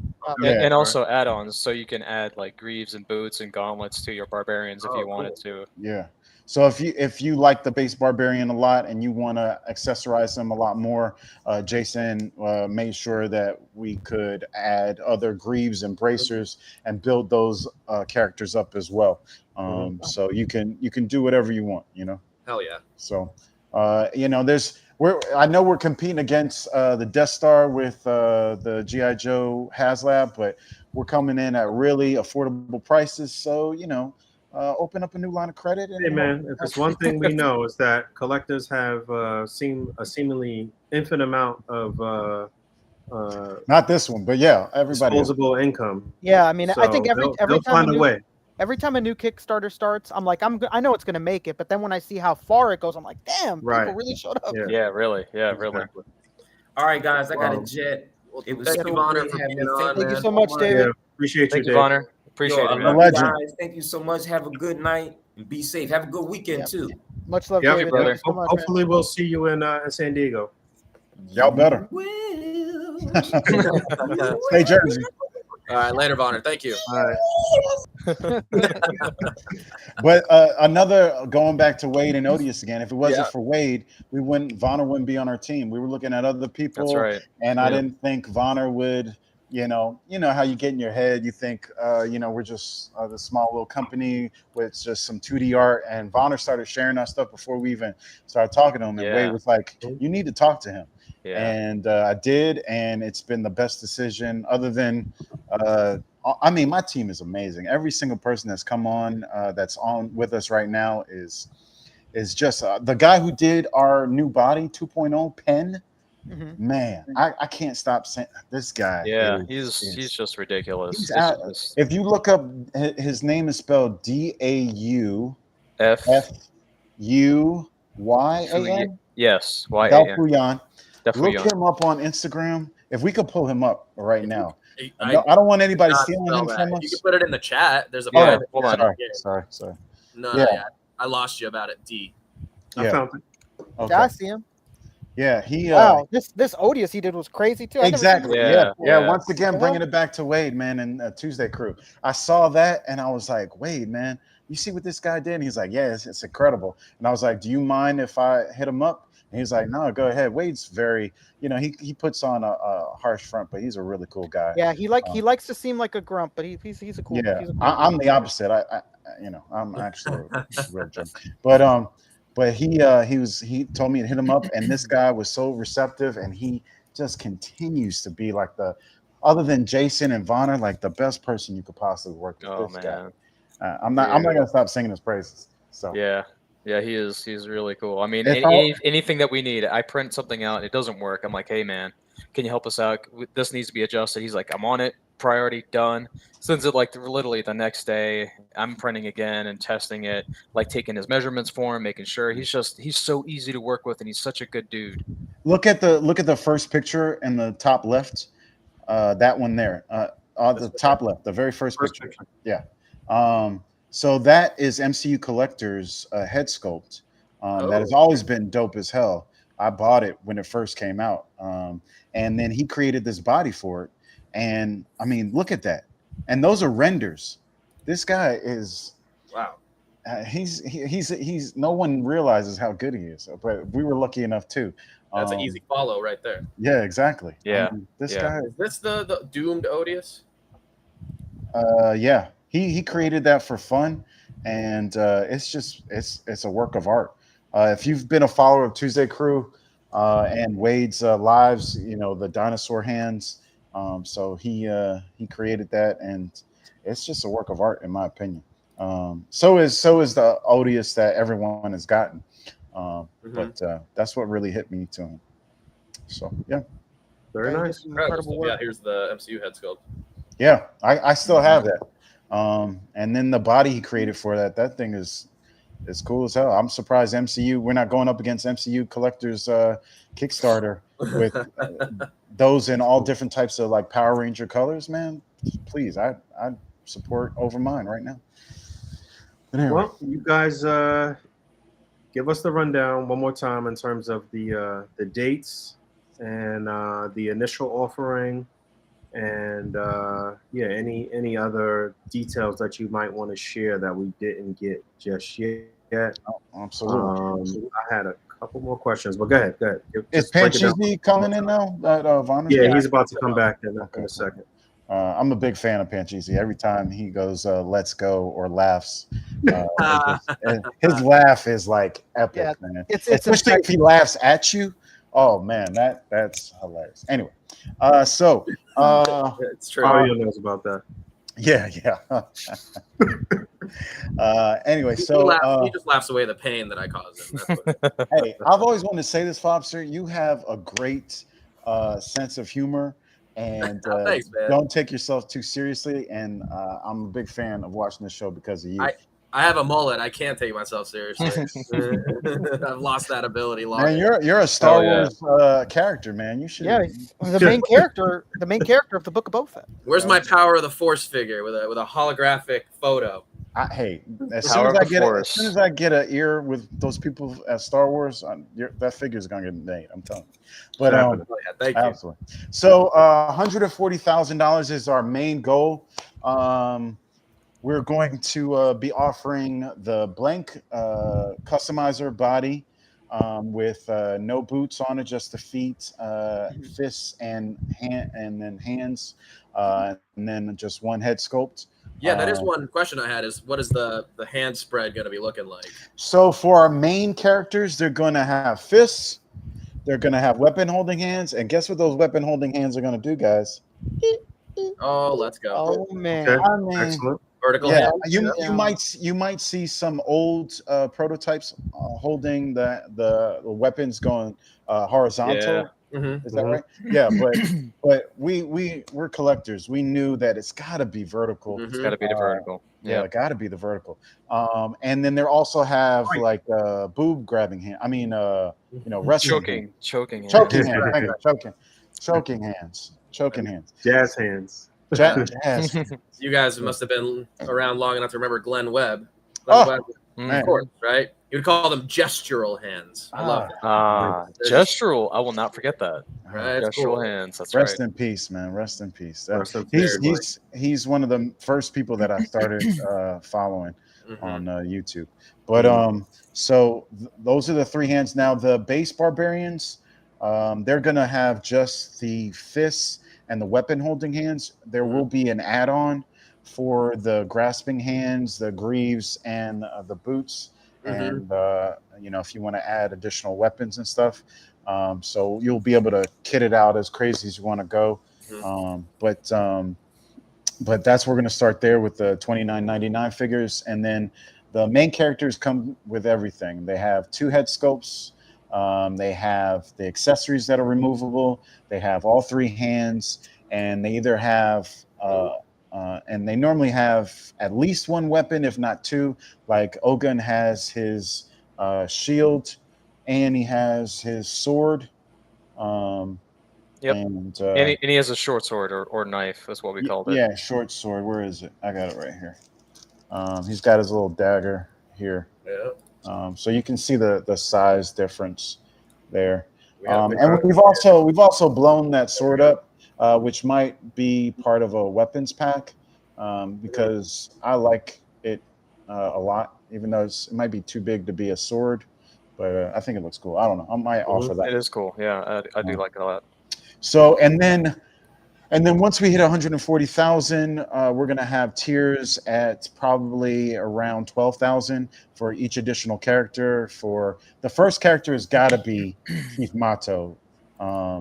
So he's gonna be the first character in terms of the tiers, and then after that, we're probably gonna do Khan, and then Yurik, and then Grimskull, General Grimskull, and the Shadar. This guy's truly brutal. Yes, yeah. And we've got a new head sculpt designed by Monster Machine Creations for that, because that looks good. But Monster Machine was able to get more of the inspiration for the helmet that you guys might be able to notice with that. Okay. So we got a better form factor for that. Listen, I'm a simple man. I see a badass skull guy, and I'm in. Same. Absolutely. I'm with you there. Yep. And then after, as far as the loincloth pieces, is that like an overlay that goes over this Yes. layer? Yeah, Okay, and it's cool. removable. And removable. Very cool. Very cool. I can show you right here. See? So there's the loincloth. Mhm. And then no more underwear. Woo! Whoa, okay, there you go. And there's Nice. sculpts underneath too. Mhm. So it's just some lines there, but it slides over. And this is going to be soft. So, yeah. Yeah, so the legs can articulate. Yep. And then the belt comes off too. I mean, all of it. Jason did a great job in pushing to make sure all of this was interchangeable. So after and all, you guys are encouraging to like pop them apart to interchange the parts and stuff. Yeah, like that. Because whatever. This is going to be our first figures manufactured. We're going to push out that heat it up, right? Because we don't want anyone to be upset. So everyone boil hair dryer just to make sure. First time, we're hoping that it's real easy to pop and swap. But We're going to be very cautious on the first. Of course, we're going to get factory samples, so we'll be able to get ahead of that or make it better, where it's even easier to pop, because we want that to happen. Yeah, if you think about it, like the Dark Knight Returns Superman or even Batman, like with a little bit of heat, you can easily pry them off, and then you can change and do whatever you want with them, and that's what we're trying to aim to do with our guys too. The factory is overseas. Yeah, it's probably going to be the same factory as Odious? Odious, maybe, Odious, yep. Maybe also the Biker Mice from Mars. Oh, nice. Vonner's got a whole bunch of factories he works with. So, but those are the most likely two. So, what is that other robot machine? RoboForce. RoboForce, yes. So it looks like the Odious factory is the one we're going with. So, yeah. So I can't wait. Wade has already paved the way with them. So remind me, not remind me. I don't know at all. This will be news to me. Did Wade make a trip over there at all? Did he have to? No, he hasn't. He talked to them through online and stuff, but he hasn't physically gone. But Vonner has. Vonner's about to go to China for Hong Kong. Oh no, he cut out. Oh no, I think he was going to say the Hong Kong Toy Fair they have there. Okay. And depending on the timing, I myself would like to go also, and I would like to take a tour of the factory just to make sure. If you have the opportunity, like what if it's available, why not? Absolutely right. Let me ask you guys this when we get James back, but I mean, obviously you guys are fully invested and very focused, but how much of your time is this eating up? Are you guys still working like regular 9-to-5 jobs? Have you like pretty much put everything into this situation, or if you don't mind me asking? Yeah, no problem. So he and I both work a 9-to-5. I'm a remote employee, or I work from home 100% of the time. Nice. I have like 9-10 customers, huge customers that I support, and it's not a fully engaged position that I have. So I have plenty of time because Penn he's over in the UK, Ken is over in Ireland, and our guys are here. We got James, he's in Atlanta, so I have plenty of time to do prototyping, printing, communication between the team and stuff. And James, he's always available. After 3 o'clock is when he starts work, and he's like fully committed during his time he's not working, and he's still responsive during the time he is working. So which is really cool. So we're still working. I mean, we need to make this happen. So the point of the Kickstarter is, that the 140,000 is, I mean, we're not going to see any profits from that. That's just going to go all into our. Yeah, no worries. It's about making your dream come true. That's exactly what it is. Exactly what it is. Yes. Yeah. Yep. Who needs profit? Who? It's true. Never heard of him. Paper thin or otherwise. Who needs? Absolutely. Yeah, sorry about that, guys. Most. The normal trend is that it takes a while for you to hit that profit margin. Yep. Mezco has never been there. Shots fired. Bobster, you gonna take that? Well, I did want to bring him up because I wouldn't be me if I didn't, because you guys with a whole sword and sorcery barbarian line are going up against what to me is still one of the best barbarians out there, even though he's hard as hell to find. Is all their versions of Conan. Have you seen our figure compared to that Conan? I don't think I have, actually. Look up the Amazing's photo. Okay. And pull it up, Jamie. You can see that that's some deep lore. I'm not allowed to do that. I'll do it.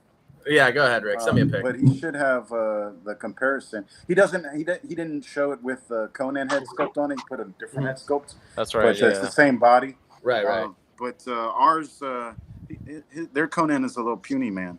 Yeah, man. it's true. And ours is brutal. Get on their level. Right. Dang. right. So, I mean, ours matches up with 112. I feel like their Conan is small compared. It is small. It is small. Yeah. It is very small for sure. Yeah, So- it's pretty small. It's pretty Yep. small. And then Yeah. Death That's why I then they also released the asked Death about the- Dealer, right? And it's the same size. I'm like, Death Dealer's not this small. He's freaking huge. What's Yeah. going on? Yeah. Oh, they just switched for King Conan. He's on that bigger body. Right. Ah, Just barely switched. mm. I don't know why it wouldn't have been on that one in the first place. I don't. Yeah, I Yeah. need to watch. The giant switch. There was no need to add to these. You got these right off the bat. Yeah, and ours is like the same size as G.I. Joe Classified's Sergeant Slaughter and Okay. Marvel Legends Hercules. So we're still in 112. It's 6.75, Mhm. but I feel like it's a more, if you're looking for, a massive barbarian, hopefully we're hitting, scratching that itch for you. Right. I mean, look at those guys. And I also wouldn't be me if I didn't ask. What's up with any soft goods plans? You know? Absolutely. We want to do a soft good cape for General Grimskull Mm. because he has the cape. And we're going to include that in the price. We're kind of working with doing that.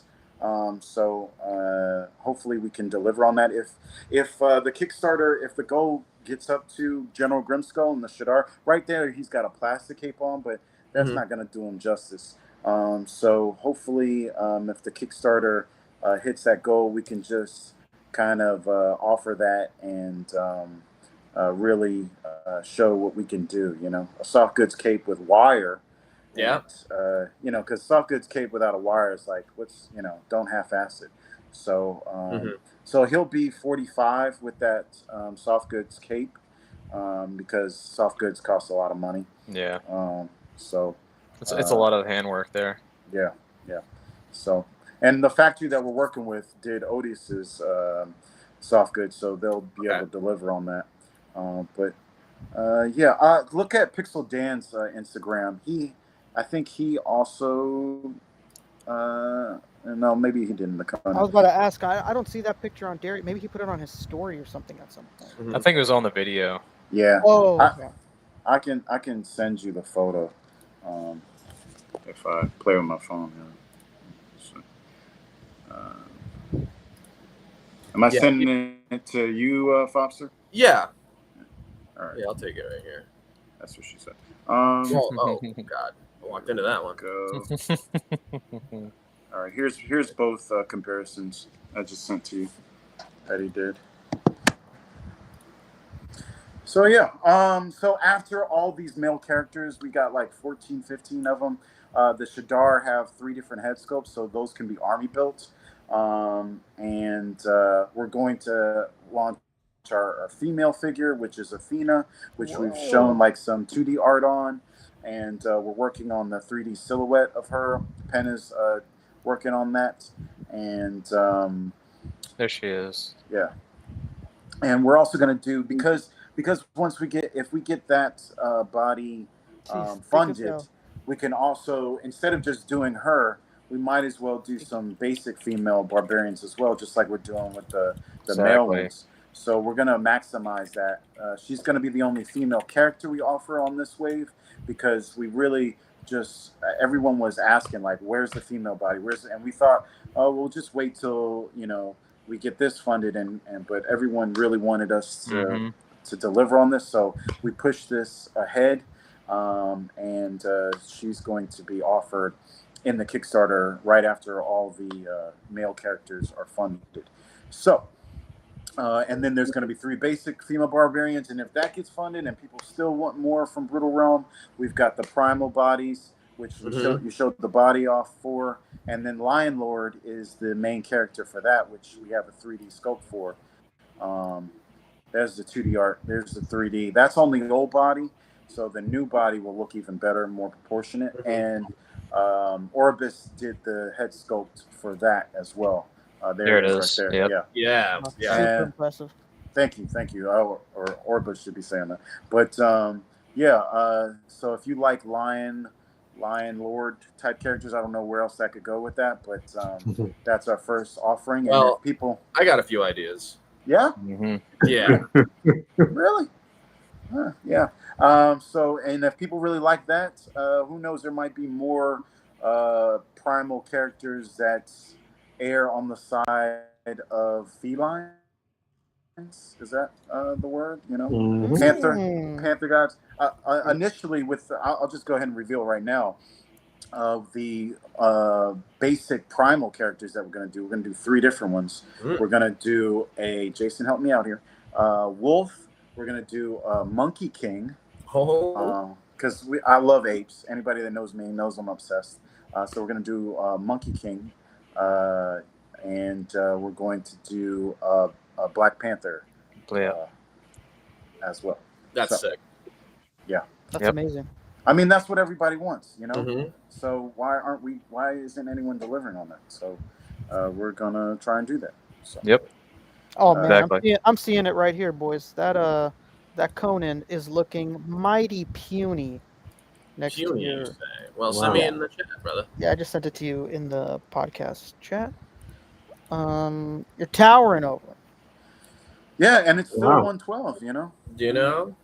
So... Yeah. This big barbarian exudes more main character energy.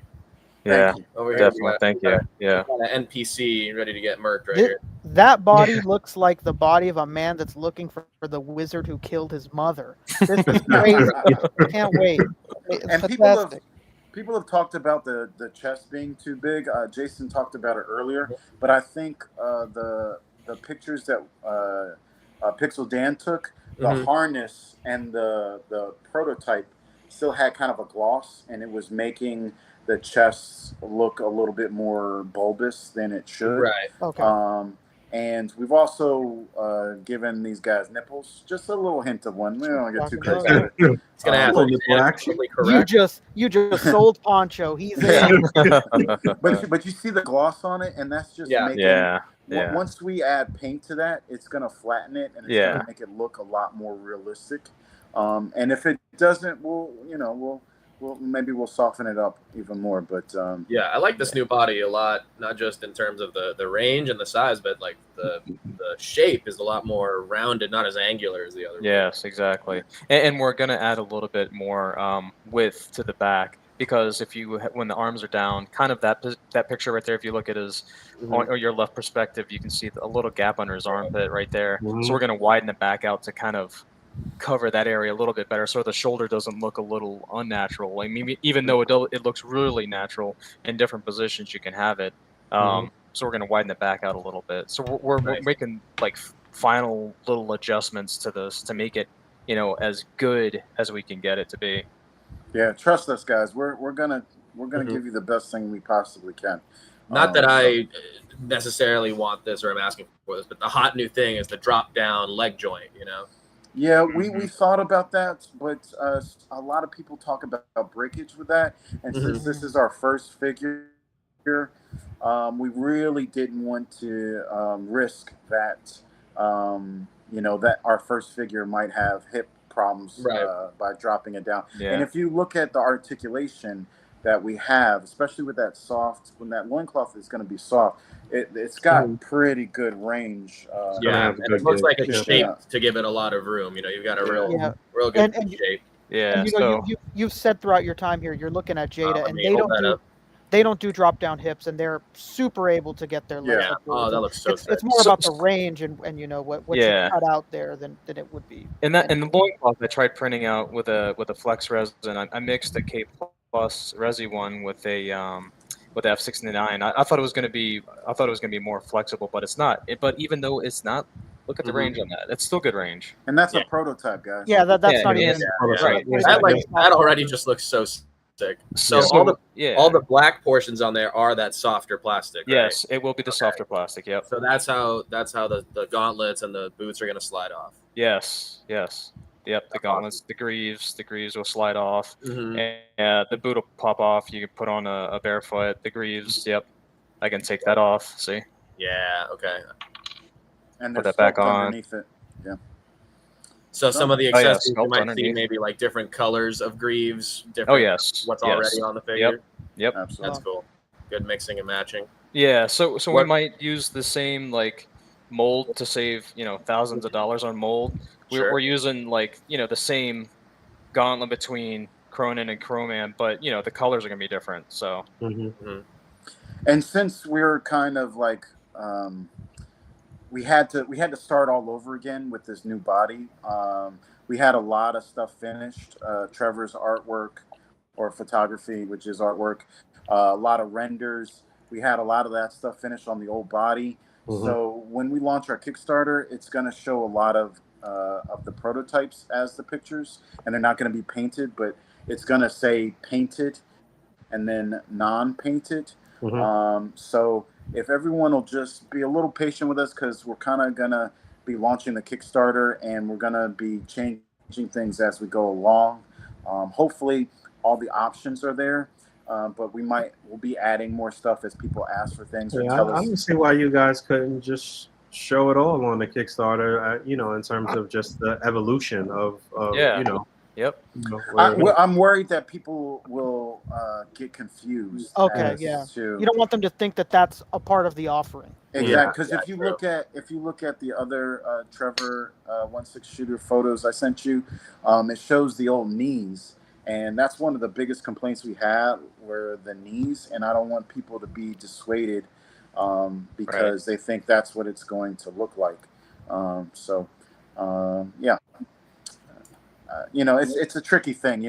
Everyone who's really involved in the community has heard us say this stuff a million times because they're watching you guys, they're watching Chat Migos, Pixel Dan, Darius. But sometimes you get people in who are just fantasy fans and they don't know what's going on, and I don't want to confuse them as to what we're offering.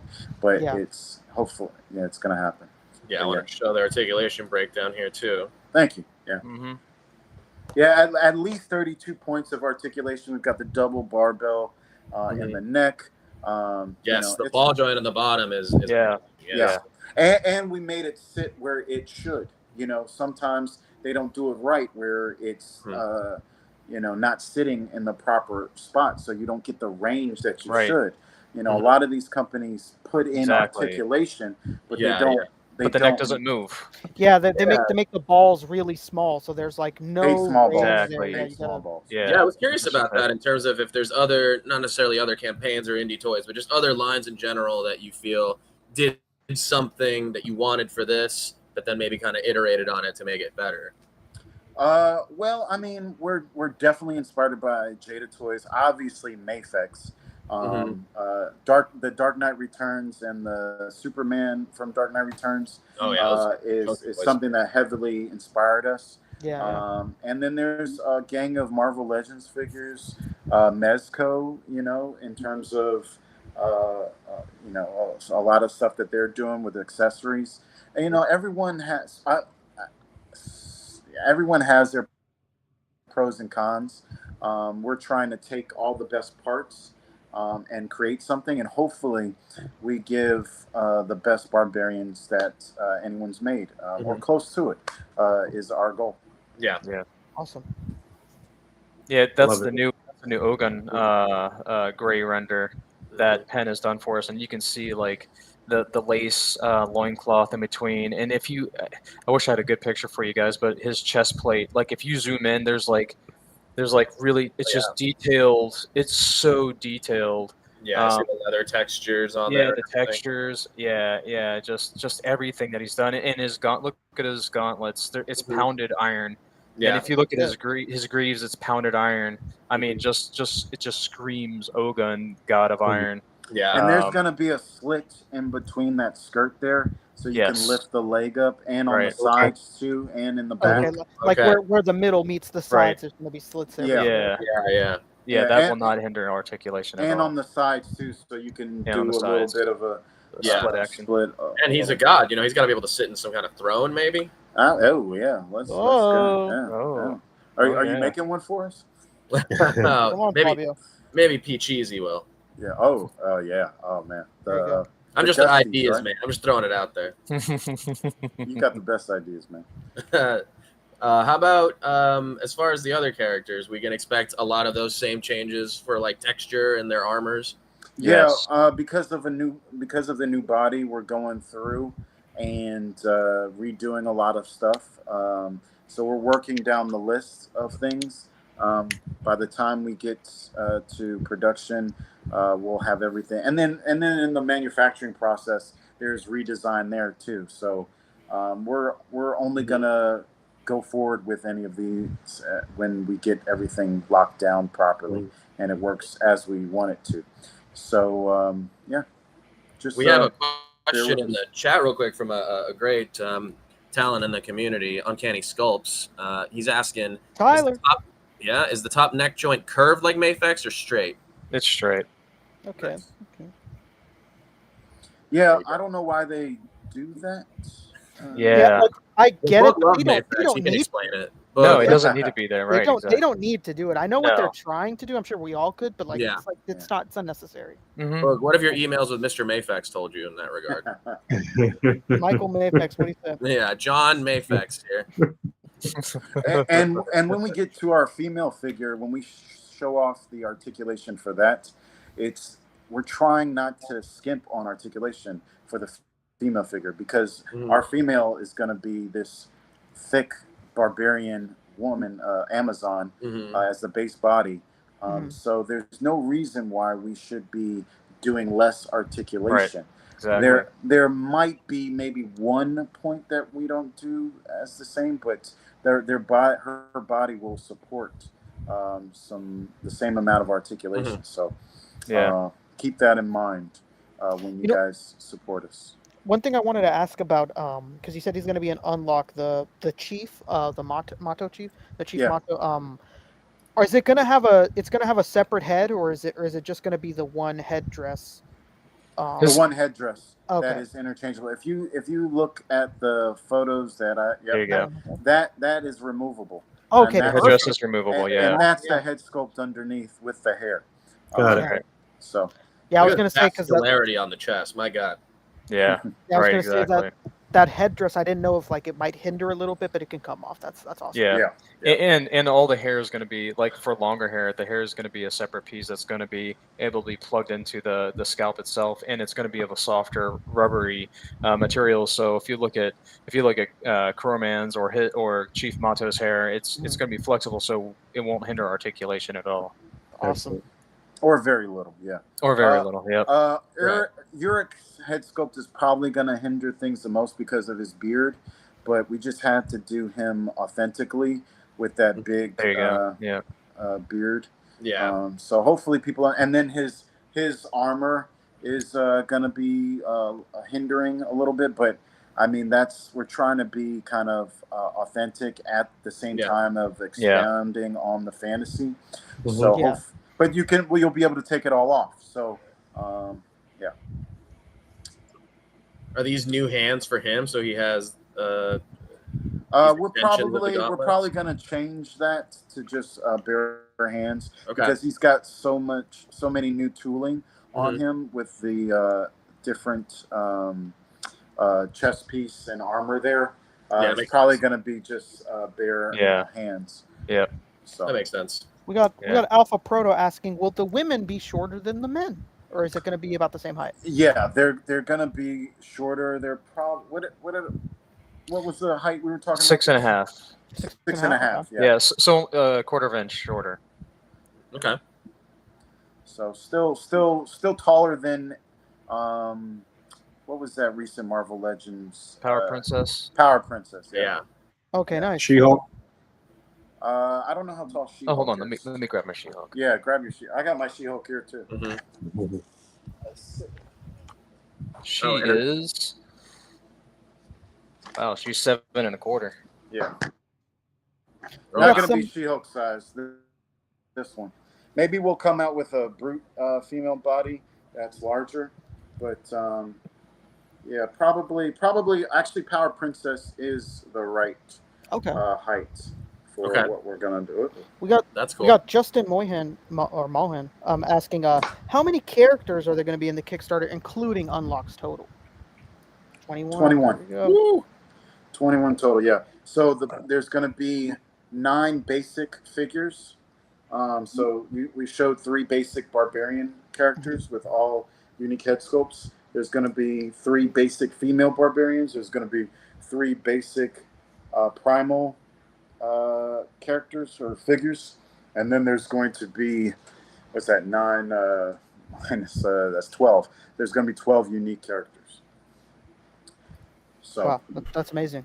And all the base characters, all the base barbarians, female, male, and primal, they're all going to have their own individual head sculpts as well. That's awesome.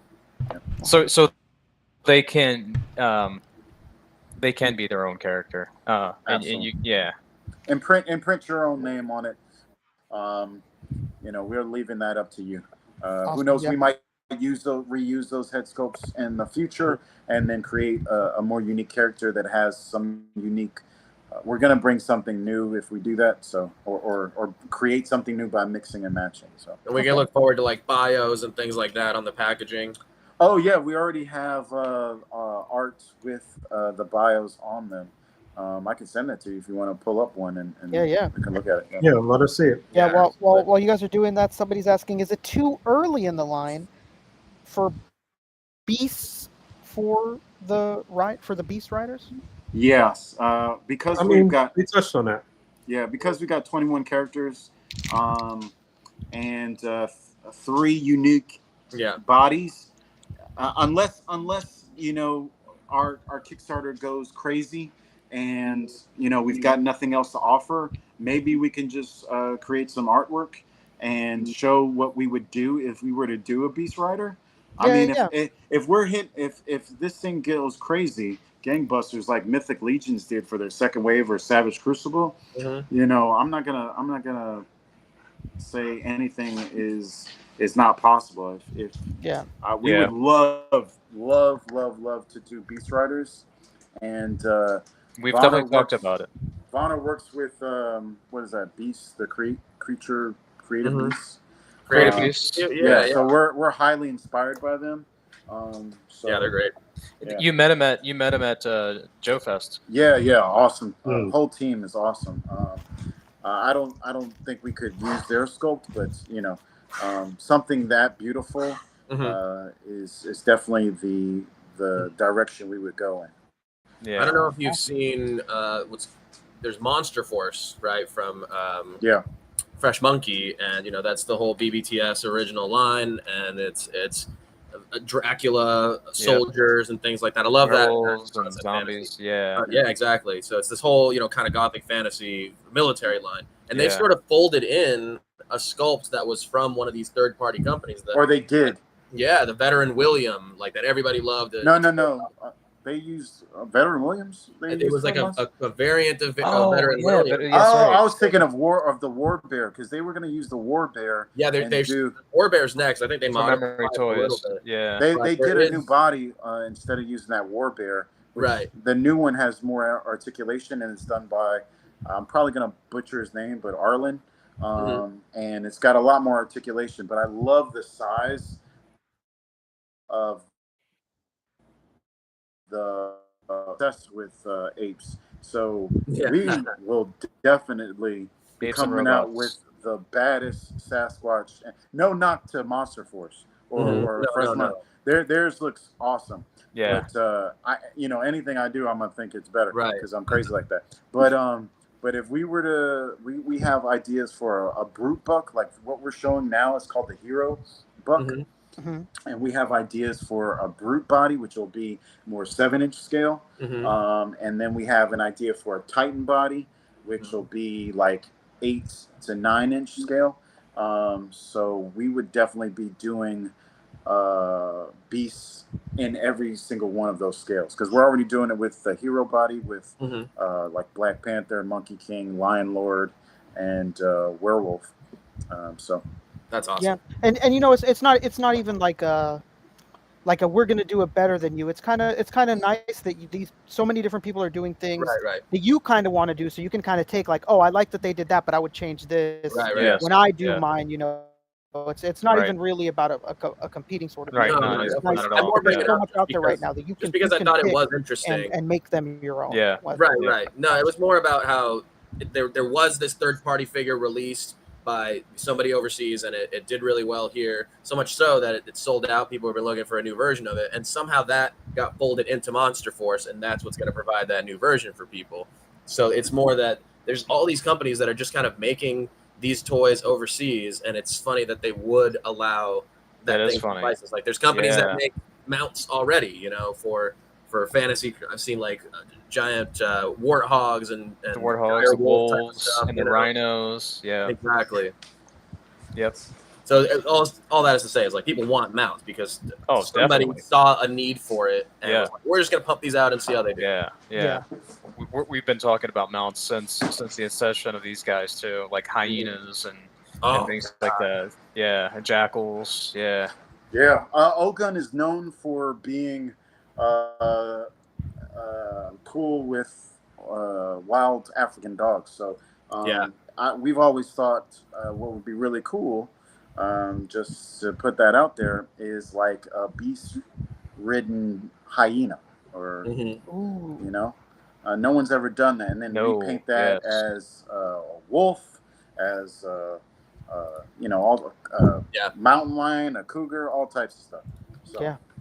Oh, that's true. Yeah, a cat mount could be literally any cat. no one's ever done that, but No, yeah. no. Have you tried flocking them? We are anti-flocking. Okay. What about the color green? Green. That would look stupid. No, I like purple. I mean, purple. Yeah, purple's hot. There you go. Purple rain. Yeah, I'd love to see some orcs on this buck too. Just like Oh some man, yes. huge Oh, underbite, you're talking Jason's. You know? Oh my god, yeah. We're definitely talking about orcs. Yeah. We're Talking definitely talking about orcs. What else are we Yeah. talking about, Jason? We're talking about dwarves.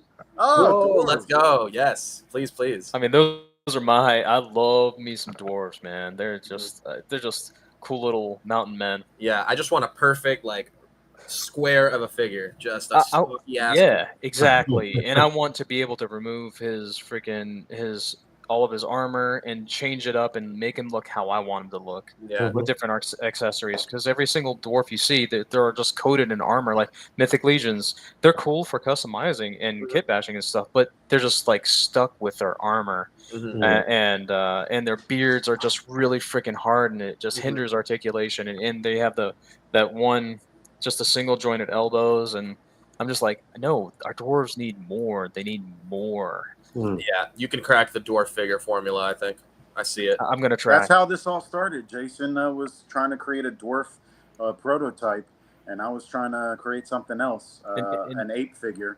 And we compared notes, and I was talking to, I never give this guy credit, but he's kind of my sounding board for a lot of my ideas, Ribob Lido. I don't know if I said his name right, but that's my boy. And he was like, "Oh no, I'm not. I like your idea, but I have no interest in supporting you." And then I was like, "Well, who else could I convince?" And Jason was like, "Oh man, this is awesome. Let's go." And that's all. And we still need to do your idea, man. We still need to do it. Absolutely. It's very interesting that you guys both had different ideas that you didn't go with at all, and came together for something else. I know you guys will want to double back to your passion projects, though. And if there's one thing that I learned from like talking so much with Wade and what he did with Odious, like from what everybody tells me, like the first one is the hard one, and then the second one, you got your bearings already, you know how something's going to work, and it's much easier to try to work around the next one after that. So hopefully that's the case for you guys. This one does really well, and then the second one, it could be your own projects or even a continuation of this, whatever it may be. Yeah, and all in on our Kickstarter, we're probably going to be around $350 for all 21 characters. Okay. So hopefully we can reach that goal, and then yeah, man. As soon as we deliver on that and people are happy with it, we can. We've got so many more ideas, not only just in this realm, but that's why we're calling ourselves Realm Toys, because there's other realms that we want to. Do stuff with. So. Oh yeah. Yeah, that's a great way to leave things open. Exactly. And for you guys to explore different things, but to be a part of like one, Right. umbrella brand. That's really great. Yeah. Yep. We stole that idea from Mythic Legions. Shout out to them. So. You can put Legions at the end of anything. You can put Realm at the end of anything. Yeah. Possibilities are endless. I had hit I up, thought we created the idea. Absolutely. I had hit up the Tuesday crew, and I was like, "Oh, let's do a pirate horde toy line." And they're like, "Oh, James, stop with all those stupid ideas of yours." So, How is that stupid? I don't know how that's stupid. Pirates. I want There's no pirates. pirates. I know there aren't. yeah, nobody steal that. We might still do that. Pirate realm. Yeah, don't The steal it. pirate realm? Oh man, do a real treasure island sort of deal. Come on. Yeah, I Your Realm. Seriously. Yeah, I had all these Yes. ideas. I can't. My brain The can't one stop realm. thinking of. Yeah, one realm to rule them all. So. Yeah, Well, hopefully real everyone's quick, let's excited. just to recap for everybody. So we'll start wrapping up momentarily. I had one question I wanted to get to because I like it. Any glow in the dark variants? I mean, Oh man. I'm sure we're gonna do all types of variants. I see possibility. Pro-Man with a glowing skull and a glowing axe Absolutely. in the future. Oh, so. What man. what about translucent? Oh hell yeah! Oh, Yeah, if people want it, we'll make it. You know. Okay. definitely. So, Yeah, as long as it fits in, as long as we can turn it into something we like. But translucent and glow in the dark, yeah, absolutely. We're not But anti. but the thing about a translucent figure is not the whole thing. You know, not all of it's not even not. It'll just be the body itself being translucent. So the accessories over top won't be translucent. So you can still get like a really cool. It like James said, it's got to make sense. Like you Yeah, want to do translucent, it's got to make sense to the character. Yeah, amazing. General Well, you guys Skull are. and black translucent. I think that would be dope. Oh, I like that. Yes. I like that. So you can follow the account Brutal Realm on Instagram. and- There's also Realm Toys on Instagram too. That's right. Realm Toys is on here as well. Give them a follow. That's more, as you said, the name of the company as a whole. Yeah. Brutal Realm is where you can follow the campaign specifically. It's launching again on the 16th, this Tuesday. So you can go on Kickstarter right now and put the notification to notify you when it's ready. I just did that. Realm Thank you. Toys. Thank you. Brutal Realm. It's going to be a really sick campaign. I'm excited, man. We need more of this type of thing. I say it every time we have some indie creators on here. Like, hope to see you guys at like Designer Con or just anything out here on the West Coast, and hopefully, see these. Yeah, in hopefully. person. Yeah. Hopefully we can Sometime meet soon. all our fans and we see you guys, and people can bring their figures up to us and talk about it. And We know one person that will. who's that? No, I'm just saying for an in-person comparison. Oh yeah. Brendan Jones. Oh yeah. Yeah. We got a bunch of super chats we got to like go back for, Oh but yeah, I made sure to screenshot. Sure, them sure. also. This one just came in. It's from a friend of the show, KJ, the Black Genghis. He says the answer is Brutal Realm, but the question is, what's poppin'? I know KJ is gonna get down on some of these beefy boys for sure. Oh hell yeah! Hope so. Shout out to KJ, man. What a great guy. That's right. And I think this was for you at the beginning of the show, Jason. Tim Smith hit us with 199. He says, Semper Fi, Devil Dog. Oh, Semper Fi. There we go. I appreciate that. Thank you. For sure. We'll run back. We'll get you guys out of here. We'll run back for the rest of the chats and then wrap it up. So once again, James, Jason, and then Vonner a little bit earlier, thank you so much for joining us, for sharing a little bit of hype before the campaign launches in a few days. And if there's anything else you want to say on the way out, please let the people know. Please let them know. I'll put them I on. just wanted to shamelessly plug the next podcast we'll be on, if that's cool. with y'all. Hell yeah. That's cool. We'll be on Geek Dad Life, looks like Sunday. And then Monday we'll be hanging out with the Toy Migos crew. And that'll be right before we launch. Ooh, awesome. Hell yeah. So, Excellent. I love it. And Jason, Making the go ahead. rounds in the That's the right. You're community. on media. Yeah, Brick Our Something little, will be on there. Independent press circuit. I love it. Yeah, man. Yeah. We're going to try and be on as many podcasts as people have us. Hopefully people understand not everyone who has a podcast will be able to be on.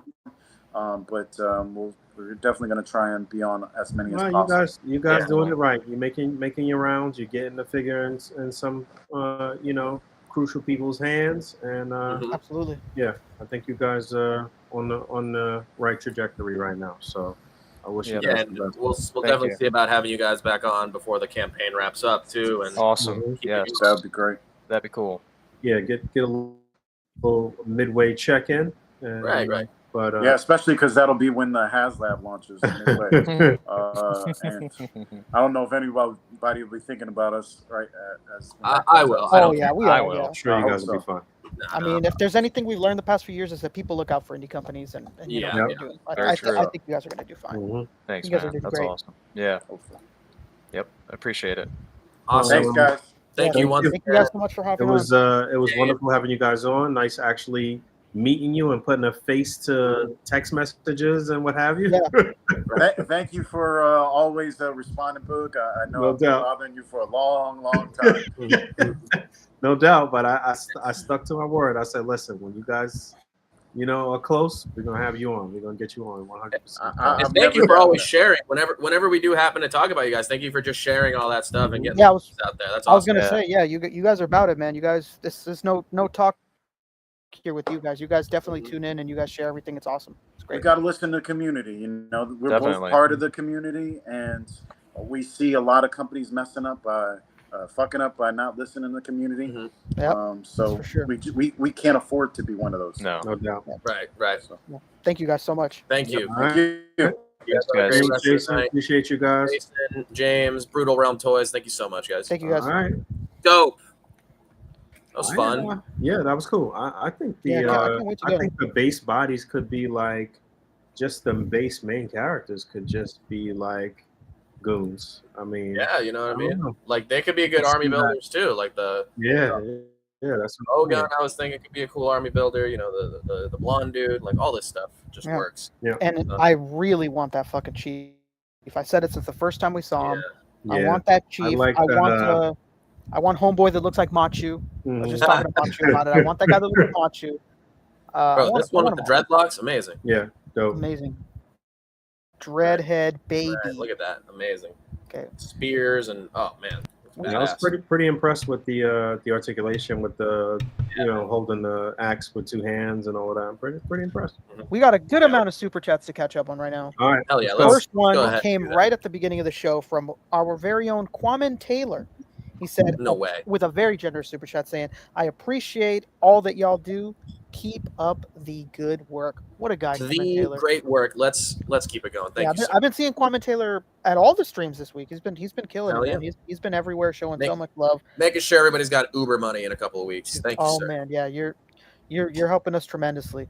Shelf Presence with a very generous super chat says, hey collectors, happy Friday, gents. Hope everyone is having a good night. Keep grinding. Thank you, sir. We'll call Thank back you. to Thank the you. grind. Shelf Presence. Hey, And you said T Smiths earlier, the Semper Fi, yeah. Devil Dog.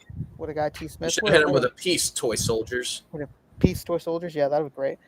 Bo Biggs, baby, with no words necessary. Never. Not a. They don't need to happen. I know he's a No, good man. you know what? He's a Words giving man. fail him. Exactly. He still says more than most. Thank you, Yeah, sir. thank you so much, Bo Big. And we got a super chat from one Bradley Sharper than Harper.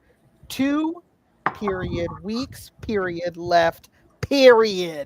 Celebration emoji. What a guy, Brad. We'll see you Bradley there. James William Harper, you son of a gun. Yeah, we're gonna twerk the night away in SD, baby. And whoa, Oh no. we got another super What? chat. Oh no, That means something who I else, got? Rick. Oh, you think it really?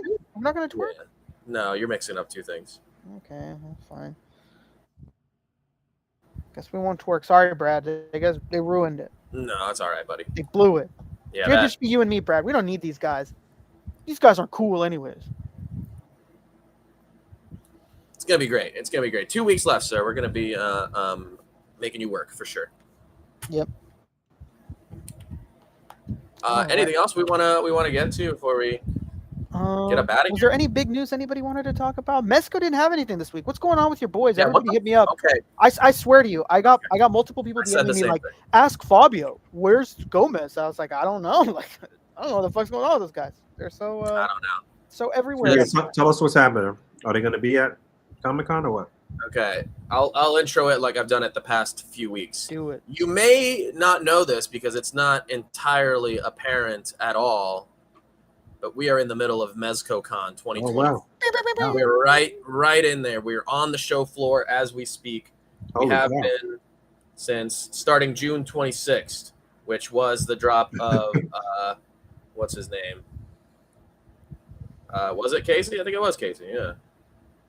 Was Wait, Casey first? am I My Casey bad. wasn't first. am I right in saying that Casey's going to be an exclusive at Comic-Con? Yeah. Yeah, Yeah, absolutely. probably. Yeah. Look, multiple exclusives coming. We were there, and it was Snake Eyes that was first. Snake excuse Eyes. me. Snake Eyes was the first exclusive, and it's like, all right, that's the first one. And then that was a Wednesday, and then on Thursday, nothing, and then on Friday, nothing. We're like, what the heck? I thought it was MezcoCon. Silent radio silence for a week until the next exclusive, which was KC. All right, that's 2 weeks in a row of exclusives starting June 26th. So far, Mezco, celebrating in whatever way they can this MezcoCon. Great. So that leads us to believe the following Wednesday, i.e. this past Wednesday, it's going to be another exclusive drop, right? Right? No, it was this Freddy Krueger. The hell? There's no MezcoCon logo associated with it, whatever. But then the next day, they were like, okay, MezcoCon is actually here. And the itinerary is basically that during San Diego Comic-Con, they're going to be doing their online reveals. It's almost like it's exactly like I said it was going to be, because it's what they did last year. But I checked the numbers. Last year they did it in June, in the beginning of June. Like dropping the itinerary? Well, not the itinerary, but like all these reveals and stuff like that, they all happened in the beginning of June last year. That can't be, Rick, because we were at San Diego and we were looking at that. Oh, Iron Man, and then it was on the shelf the next day. I meant the exclusive reveals. I meant the exclusive reveals, not like news. But this did happen in June. Snake Eyes was not in June. really. Last when I looked, it was in June 4th. Was one of the ones. So they just did it farther ahead of time, but the actual MezcoCon still took place during San Diego. Listen, you can't be apologizing for these guys not doing what they normally do. Where's Gomez at? I'm saying they're doing exactly what they're doing. But yeah, that's the weird part, is that there should have been ideally, because there was 3 exclusives last year, this third past week would have been another exclusive. But no, it was this Freddy Krueger, and that seems to be the last of the exclusives, because now that the itinerary is here, do we just have to wait until San Diego for whatever the third exclusive will be, and it'll be like on preview night when it drops or something? But yeah, I don't know. Either way, it's probably going to be Biker Gomez. Just saying, another premium $200+ offering as an exclusive. Yeah, somebody messaged me like, what if it's a Gomez that comes with the Hazard mobile, whatever thing is? There's no way they drop that fucking Rumbler.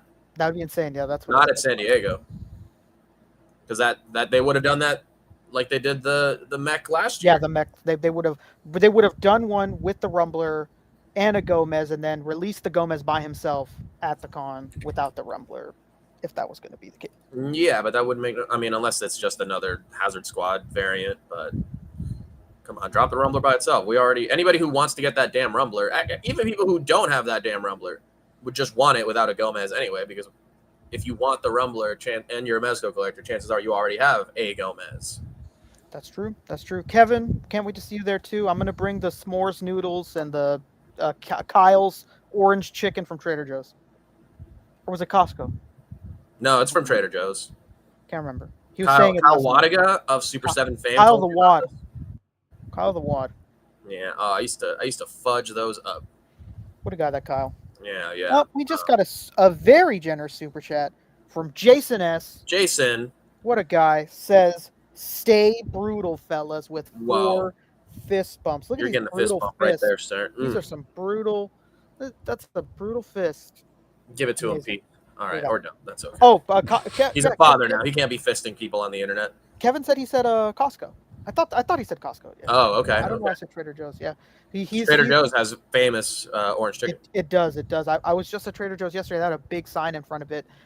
Customer's favorite ranked orange chicken. It was like a big orange sign. Big old end cap. Yeah, I was like, oh shit. Okay. All right then. So that's what's going on with MezcoCon. It's basically just during San Diego, and there will be things to see online, and those things will probably be on the case. Yeah, and I mean, at the end of the day, if there is no Gomez, there is no Gomez, and all I have to do is worry about Casey Jones and spend less money. Can't complain about that. But it does suck that wouldn't be so. At least so far, there's no Rumble Society exclusive, so that kind of sucks. No, and 2 years ago it was the Krieg Eradicator Hornet, so it's not like it's been tremendous each year. And I mean, I think maybe you said it in our chat, Fabio, but the Rumble Society has been really silent. It has. It's been really We just quiet. had a RumbleCon, which had stuff that we had already seen the year before. Yeah, it's very, very, very strange. And still no Tangerine. Hello. Nope, so no what's there to care Tangerine. about, really? Yeah, and then you know it's not to be more of a conspiracy theorist, but that stuff all sells really well. I don't think any of that Rumble Society stuff I would say like is a sitter or like really didn't do great, except for maybe what's his name? Homeboy with the big helmet on his head. Slugfest? Sluggo was like the only one that was a little slow to move, but even then, like one of them being a little slow to move and then everything else selling out really well is like an issue that's crazy. But I mean, it's all, you know, it's what you would honestly, a lot of this stuff that seems like copy pasted from last year too. Whoever's organizing these itineraries, they must have downsized. Maybe Boog's right. Maybe they don't have any money. They don't have any money. One of those. Man. Top of the quote. There will be a grub can, which means the big Roto plush thing that they have is going to be around places, and they're going to take pictures of it. I honestly am surprised they haven't done it. I thought everybody first saw it, they were like, "Oh, cool, they're going to release a big like grub," and it never happened. No, it didn't. They were hoping you'd forget, but right. So you didn't answer my initial question. They're going to be there or what? Yeah, they'll be there, and they'll probably have Casey, and they'll probably have Snake Eyes, and like previous releases and and random shit. I hope they have Olumu Rook. What the hell is that? Whatever that means. All right. Don't do this to me, Boog. Who is that one? Which one is that one? It's What's the fake Darth Vader? Darth Vader Krieg. Doesn't that thing go for good money now? No, it's still. I think it's still on pre-order. Or is it the Gomez that goes for good money? The Gomez goes for hella money, but no, I'm talking about Olumu Rook. Oh, wait, I didn't bring it up. Olumu. All right, my mom's home. I got to get off. All right, let's get off. Let's say hi to Boog's mom. All right. Alrighty, boys. Hi, I'm Fabio. My friends call me Fobster. Instagram, Fobster360. Also Instagram, Fabi.Danino. YouTube /Fobster. I made Hot Pockets. I play rock and roll, and I'll see you at San Diego. Hey, it's me, Rick Dom, and I'm going to go to Boog's house for Hot Pockets.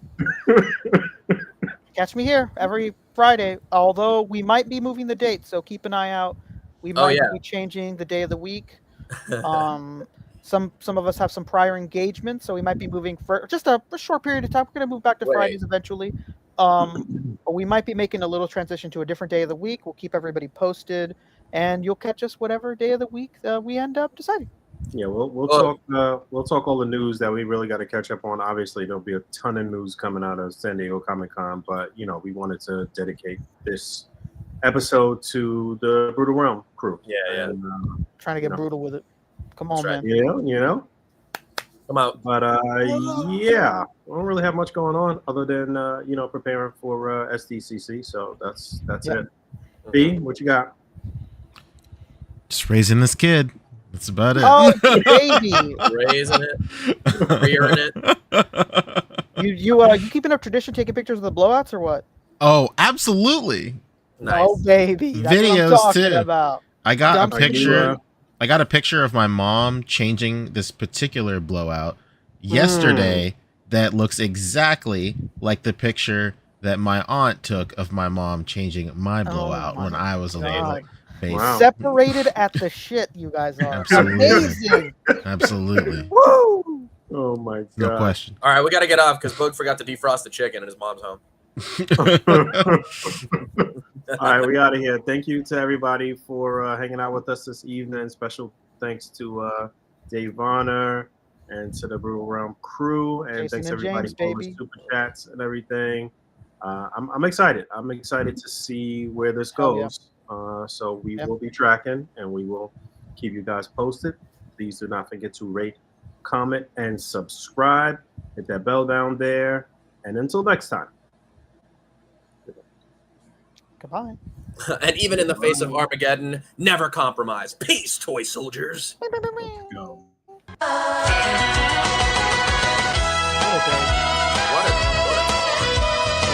X is getting fucking massacred. Are they really? Are they? Yeah, they showed Beetlejuice that they fucking made like 20 years ago, and everybody's like, what the fuck is this, man? Like, why do you keep doing this? They said that Lane said that when we interviewed him last year. Yeah, that Freddie Mercury and that Iron Maiden. Yeah. They said this, dog. But yeah, but it's got new packaging. Oh, then it's brand new.